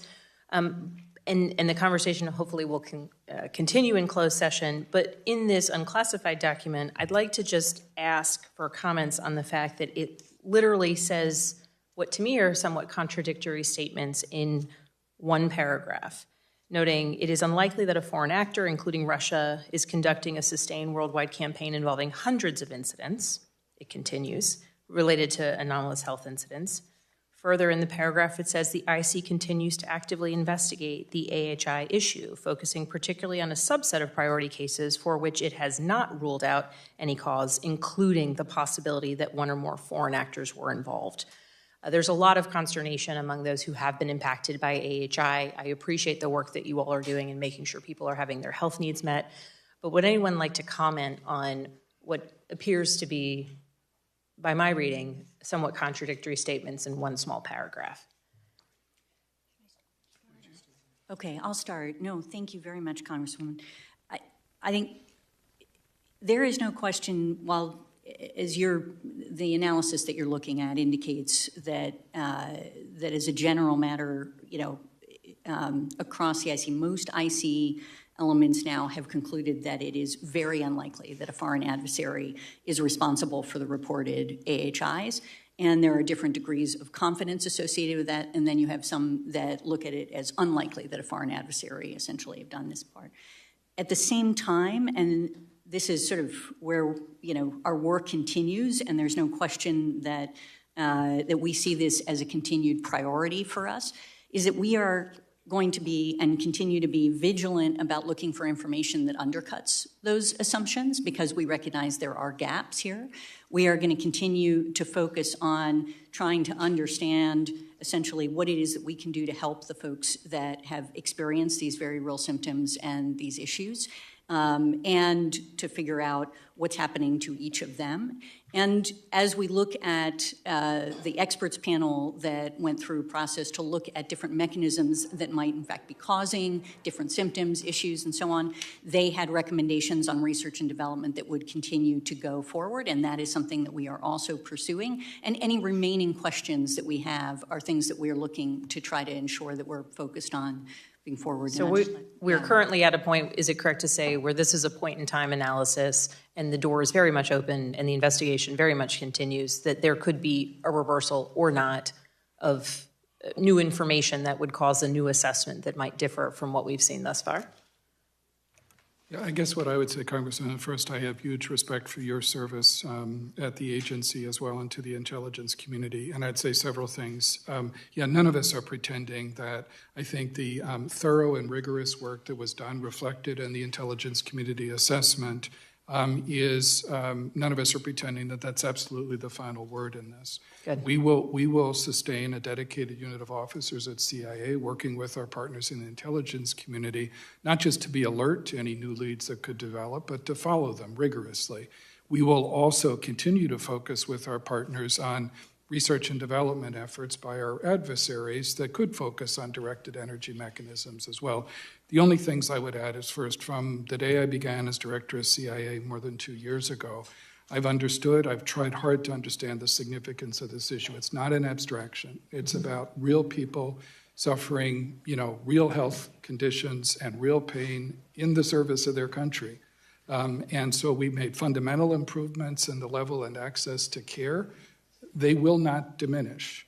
We remain committed to, supporting all of our workforce as well, and we'll continue to do that. Thank you. If I may pivot quickly, because I will want to continue the conversation related to this in closed session, related to fentanyl trafficking, which is impacting communities across the country, but certainly within Virginia. Can you update the committee on your efforts to combat cartels and the trafficking of fentanyl that we have seen to be so lethal within the United States? I'd be glad to start, Congressman, and Congressman, I'll bring this back to the 702 issue too, because it has been a crucial tool in our efforts at CIA to collect foreign intelligence and enable our partners, whether it's in Mexico or our domestic partners in the United States, to take action to help protect Americans against the fentanyl crisis. I'll give you a couple of broad examples anyway. One is first I should say we've transformed our approach at the agency to how we look at this issue, to focus on networks, meaning precursor chemicals, financial flows, the precursors coming in from China, where else China going and to elsewhere, and then also fentanyl, production and processing equipment as well. 702 has been crucial in illuminating that network for us, and therefore enabling us, for example, just in the last few months, to work with Mexican partners to take some very successful actions against the Sinaloa cartel, and then also in another instance, enable us to work with other partners to take significant action against fentanyl production and processing equipment in Mexico and in the United States. Degrading equipment and those networks. Yes. Thank you for that update. Mr. Chairman, I yield back. Mr. Fitzpatrick. Thank you, Mr. Chairman. Thank you all for being here and for your service to our nation. I just want to ask one question for the panel. It's my personal belief that the biggest challenge facing the intelligence community, and therefore the biggest potential threat facing our nation, is when, unlike 9/11, where we had universal 100% support, we had incredible bipartisanship here in Congress, incredible universal support for the intelligence agencies. When things happen, and by the way, in the case of Director Haynes, Director Burns, Director Wray, due to the actions of your predecessors, not yourselves, you've been forced to deal with their actions. When there's a chipping away of that trust, when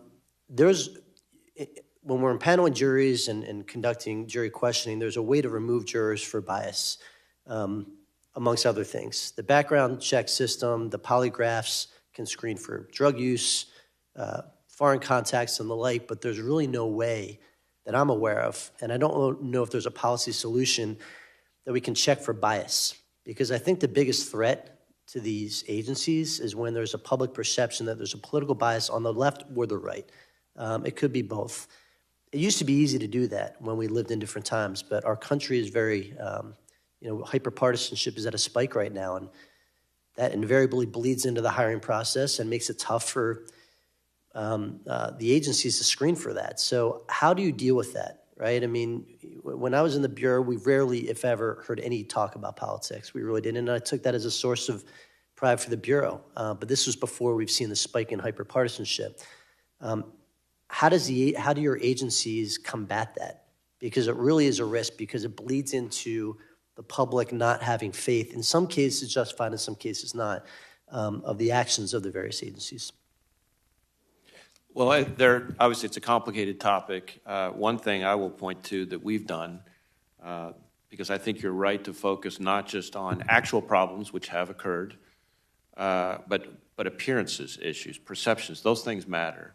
And so one of the things that we did is I ordered a stand down to focus on not just objectivity, but making sure that we avoided even the appearance of bias. And so I started in a way that you will, from your past experience, recognize is very unusual at the FBI.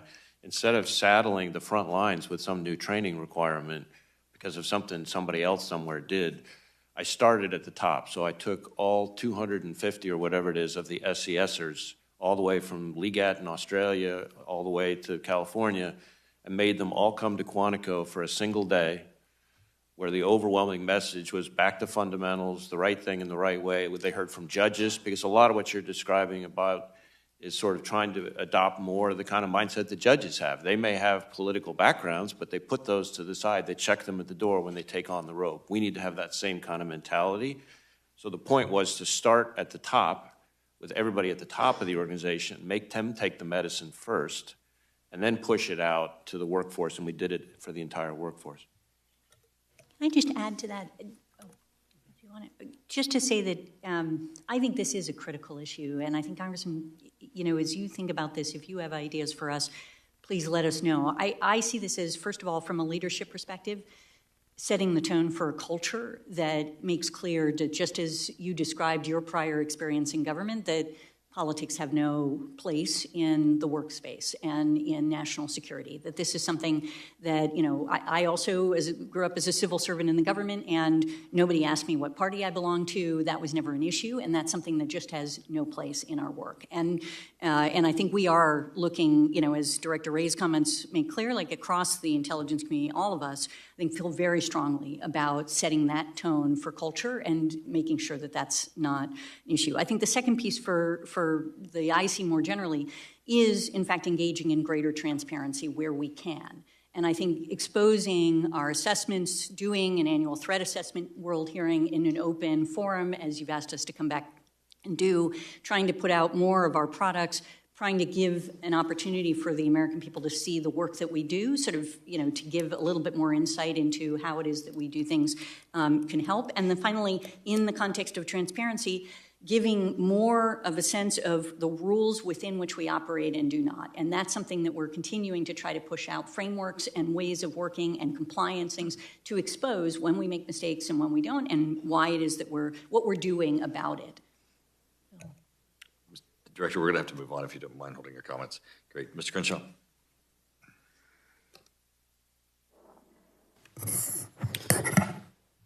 Thank you, Chairman, and thank you all for being here. And look, I think you're all very serious security professionals, intelligence professionals, and I think that most of this report certainly reflects that. But there is a glaring exception to that, and specifically in the section on climate change and environmental degradation. Now, don't get me wrong, I think this is indeed an issue, but I addressed this issue on a very different committee, not here, and for very good reason. So I have a simple question. What creates greater geopolitical instability? Is it the occasional severe weather event, or is it energy insecurity? In other words, the inability of nations to secure reliable and affordable sources of energy. Which one creates more global chaos and therefore represents a national security threat to the United States? Is it one or the other or both? I suppose I'll direct that question, I'm sorry, but to you, Director Haynes, because you mentioned it earlier. No, thank you, sir. One or the other or both, because I have a lot to say on this. I don't have a way of quantifying it for you, so I'm happy to try to take that for the record if that's useful. Okay. Let's assume you try to say both or one or the other, but the report only says one.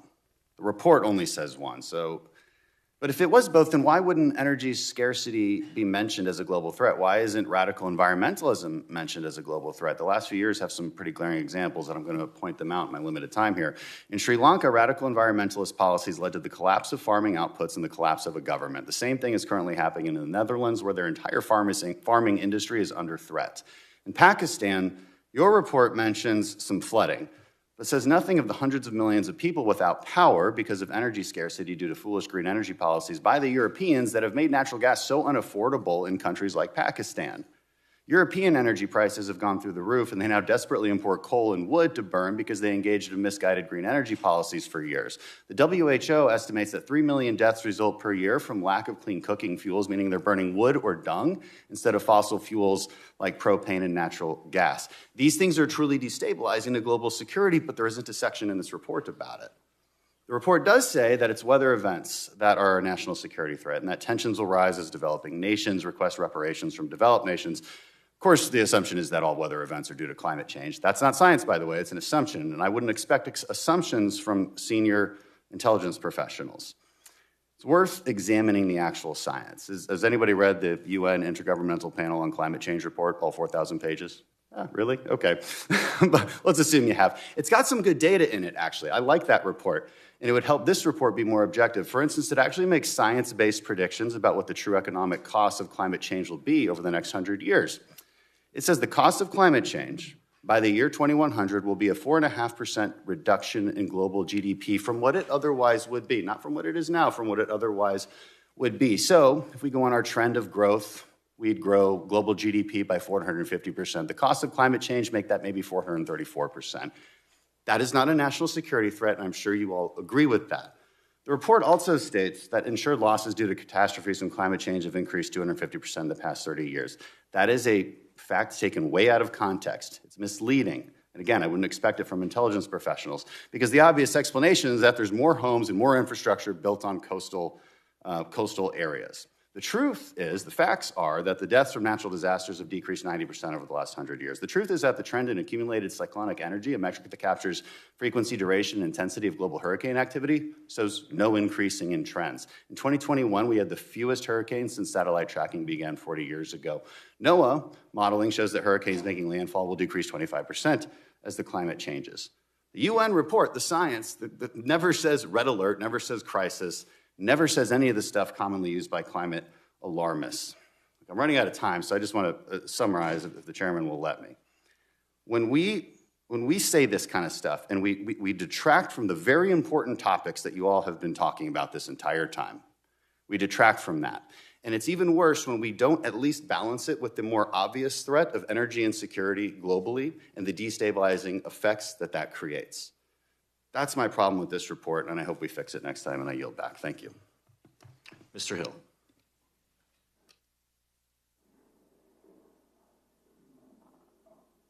Thank you, Mr. Chairman, and thank the panel so much for being here in this important open testimony for the American people to hear directly from you. Appreciate, Mr. Wray, your candid responses to the questions. Director Haynes, you started out in your statement and you were talking about the slowing in Chinese economic growth, and you stated that China now faced some domestic economic challenges. So I'd like, what is your assessment of what those primary domestic economic challenges for the PRC are? How do you assess that slowing, that economic vulnerability in China?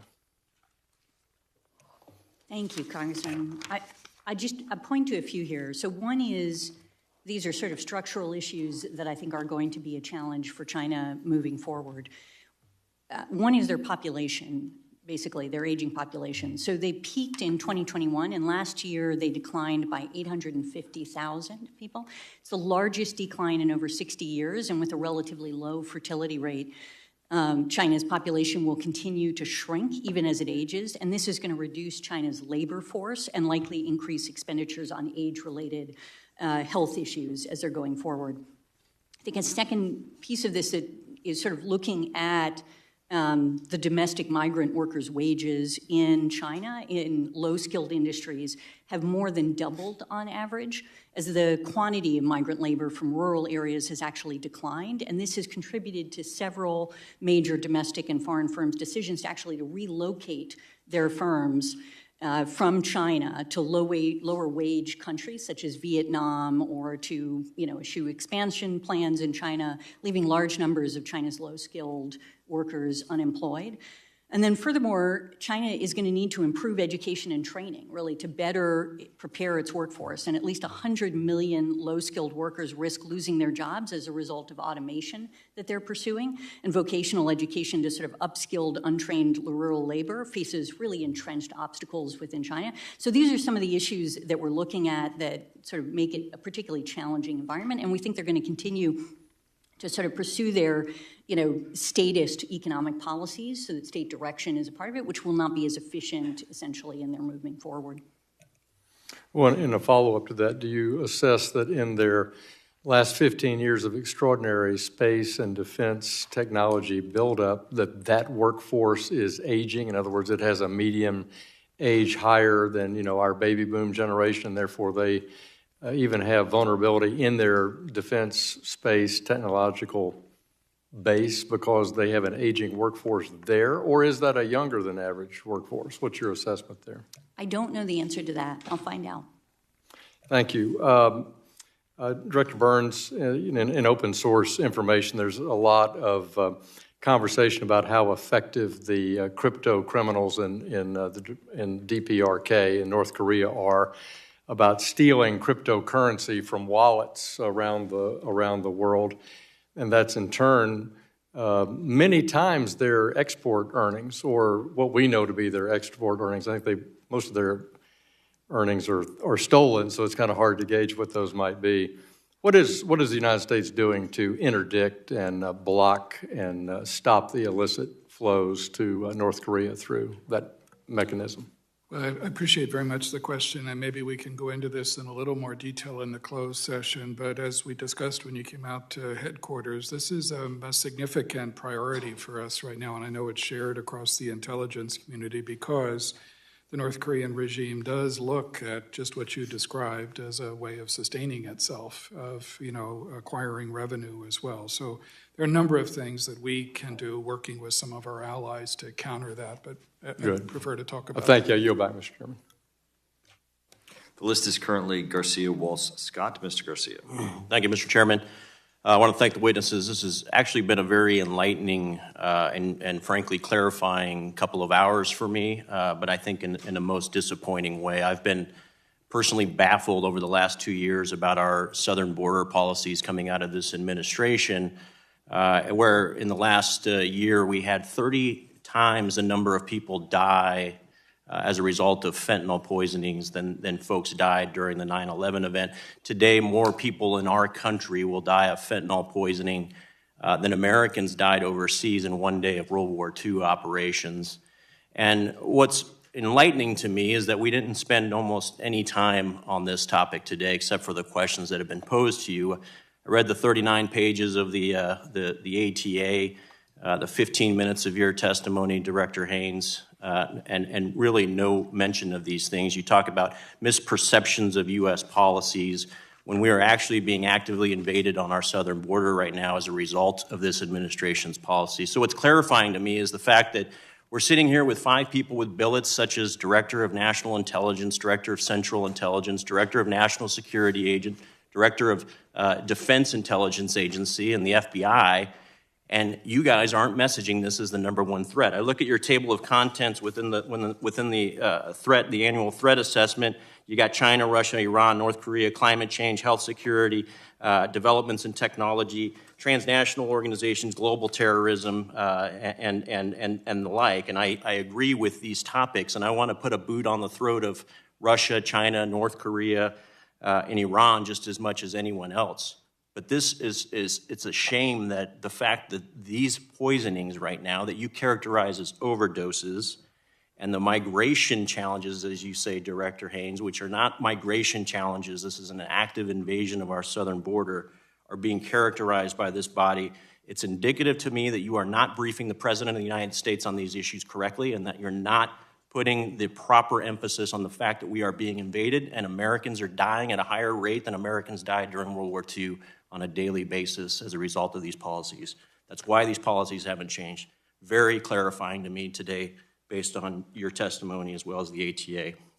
On a separate subject, Director Haynes, I want to ask you, well, first of all, I want to ask you what you mean by misperception of U.S. policies when it comes to our southern border, and I'll let you address that as quickly as you can, please.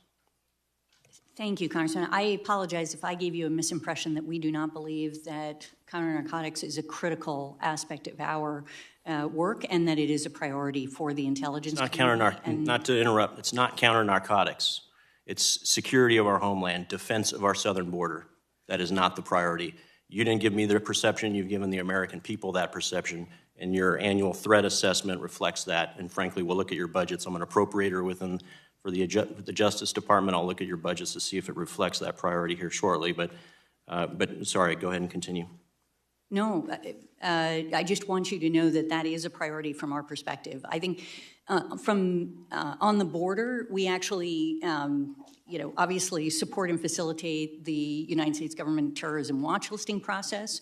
We have parts of our, even in ODNI, NCTC, the National Counterterrorism Center, serves as the USG's central and shared knowledge, basically on known and suspected terrorism. We maintain TIDE, and we do a lot of work to try to ensure that all of the intelligence we have is provided to our border agents and to the Department of Homeland Security for the work. I can reclaim the last 10 seconds. It's a priority. I would submit that it needs to be your #1 priority.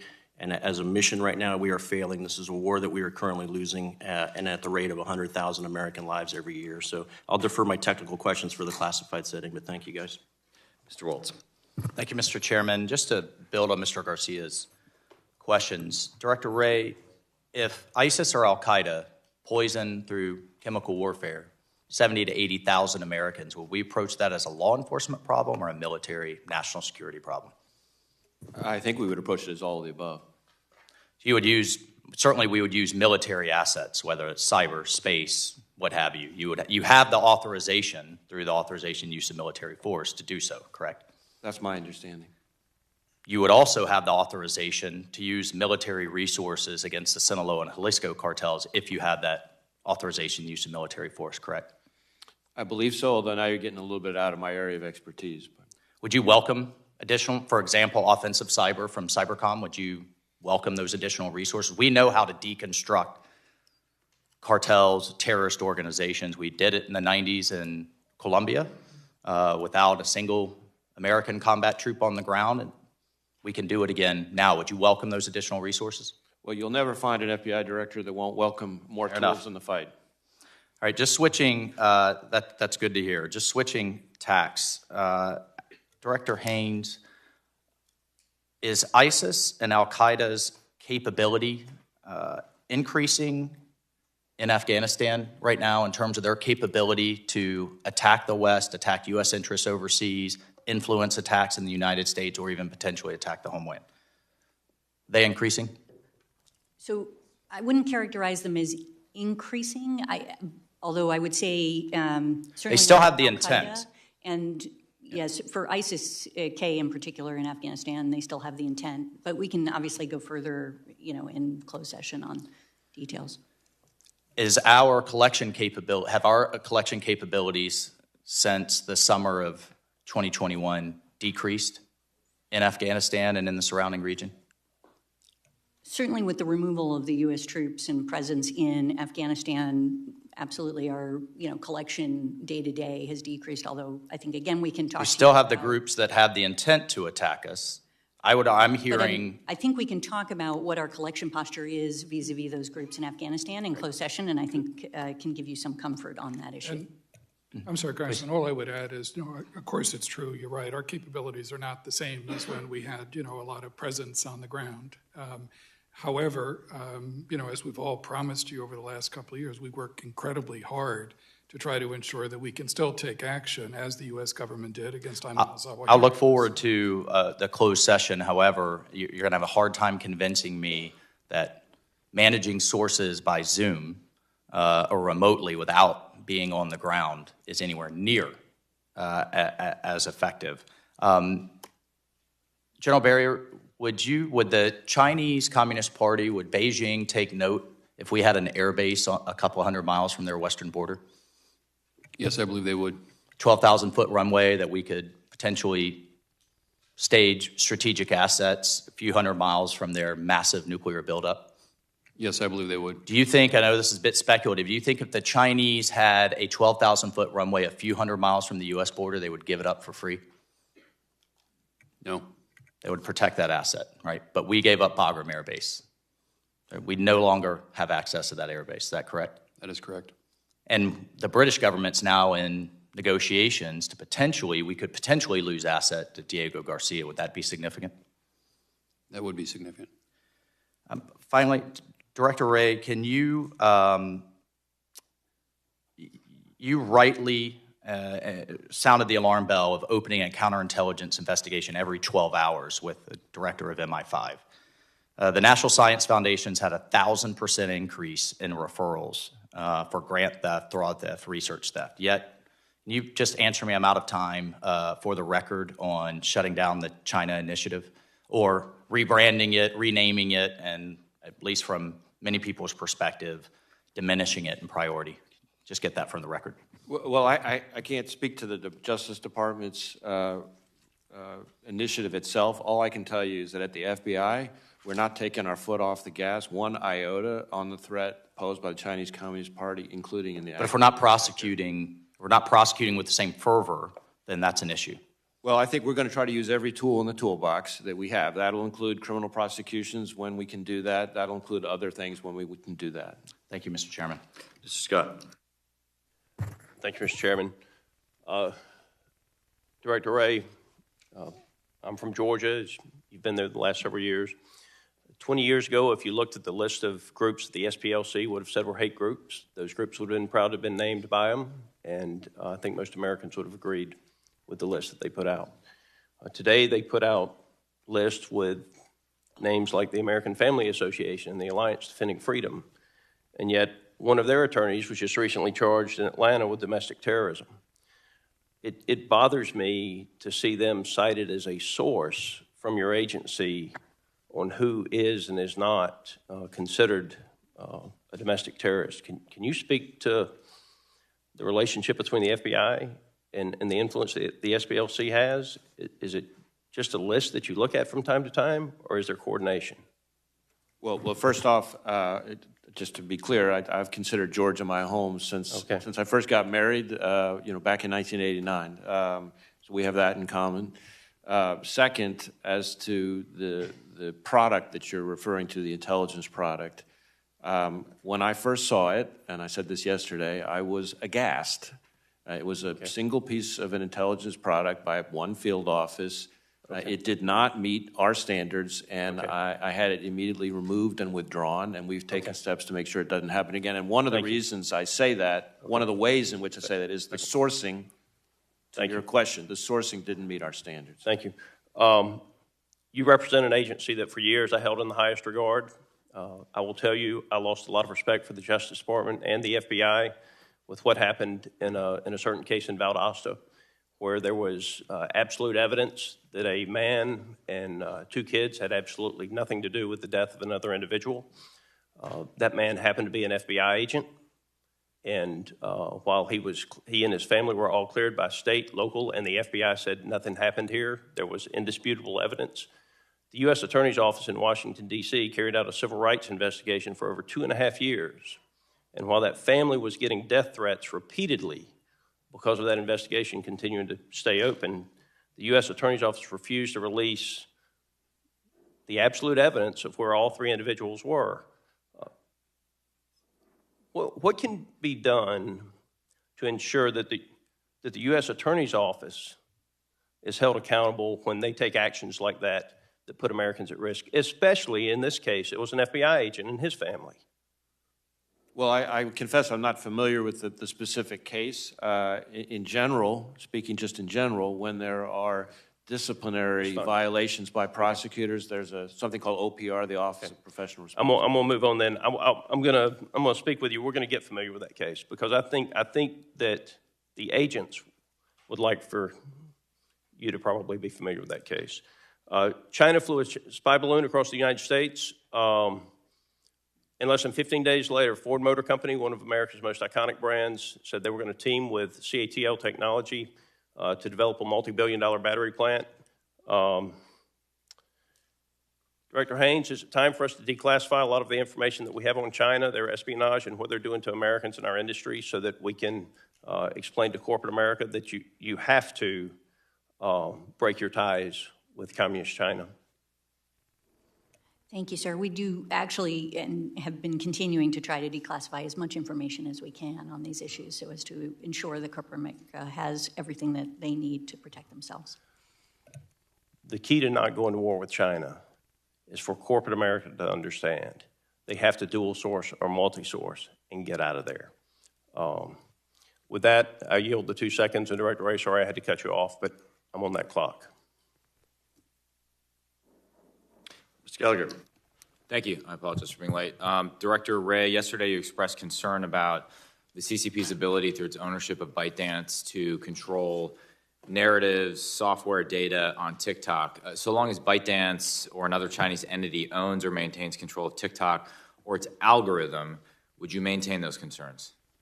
Yes, it's the ownership of the CCP that fundamentally cuts across all those concerns. And specifically ownership of the algorithm and control of the algorithm. Well, it's control of the algorithm, it's access to the data, and it's the software's, it's control of the software which allows access to the devices. So you've got a data collection issue, which could be used to conduct all kinds of data operations and traditional espionage.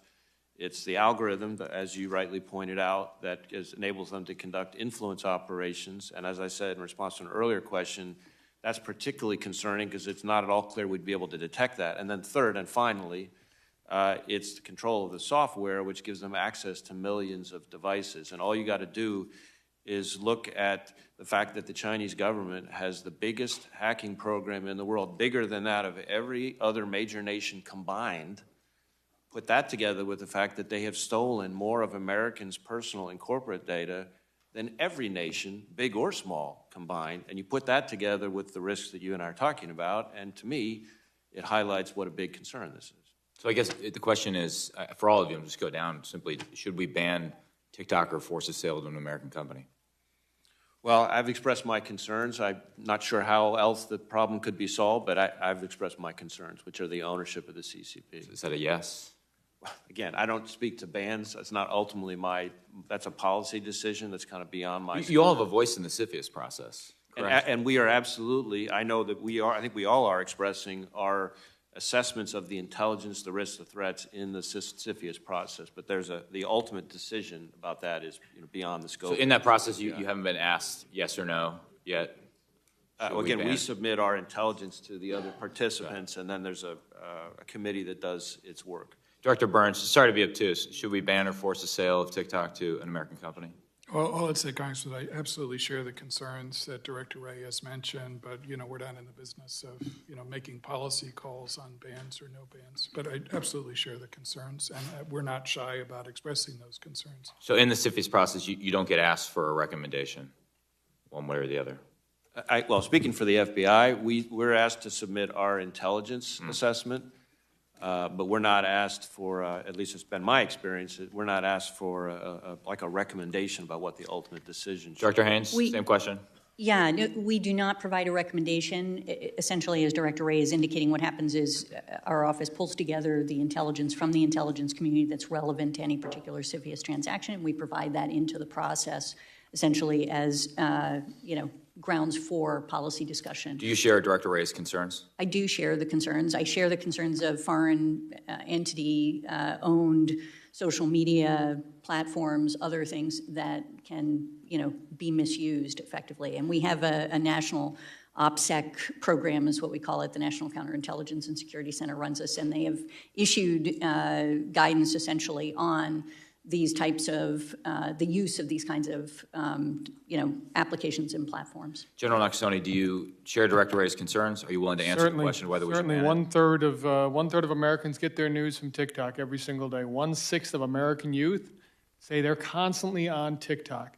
That's a loaded gun, Congressman. And as you know, we are executing for us the work to ensure that TikTok is not on government applications and IT. I'm touching out of time, but go for it. I would just say we support the CFIUS process, and as we brief decision makers on policymakers with the intelligence we have, our analysts are in active and open dialogue. If their opinions are asked, they will give those opinions. I agree with everything that's been said here, and I have a deputy director who has 3 teenagers. If TikTok goes, she may not be able to go home. Thank you.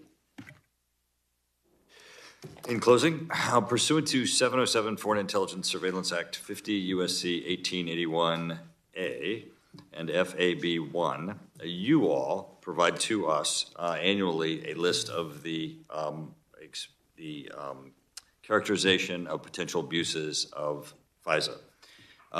Director Wray, your answer to Congressman LaHood was that you have undertaken reforms internally and that you believe it would significantly reduce the overall abuses that we are all concerned about in the FBI. Anticipating that might be your answer, we have a letter for you that we'll be presenting at the end of the hearing, requesting that you go back and look at all of the reports that we have received that indicate those abuses and provide us, because it's going to be important to our working group, how those abuses that are identified would have been addressed under your new reforms so that we could find out what's remaining. And if there's no objection, I ask that this letter be entered into the record. No objection. Thank you all. You continue to show your professionalism and expertise in your answers, and we look forward to continue to working with you. We'll be adjourned.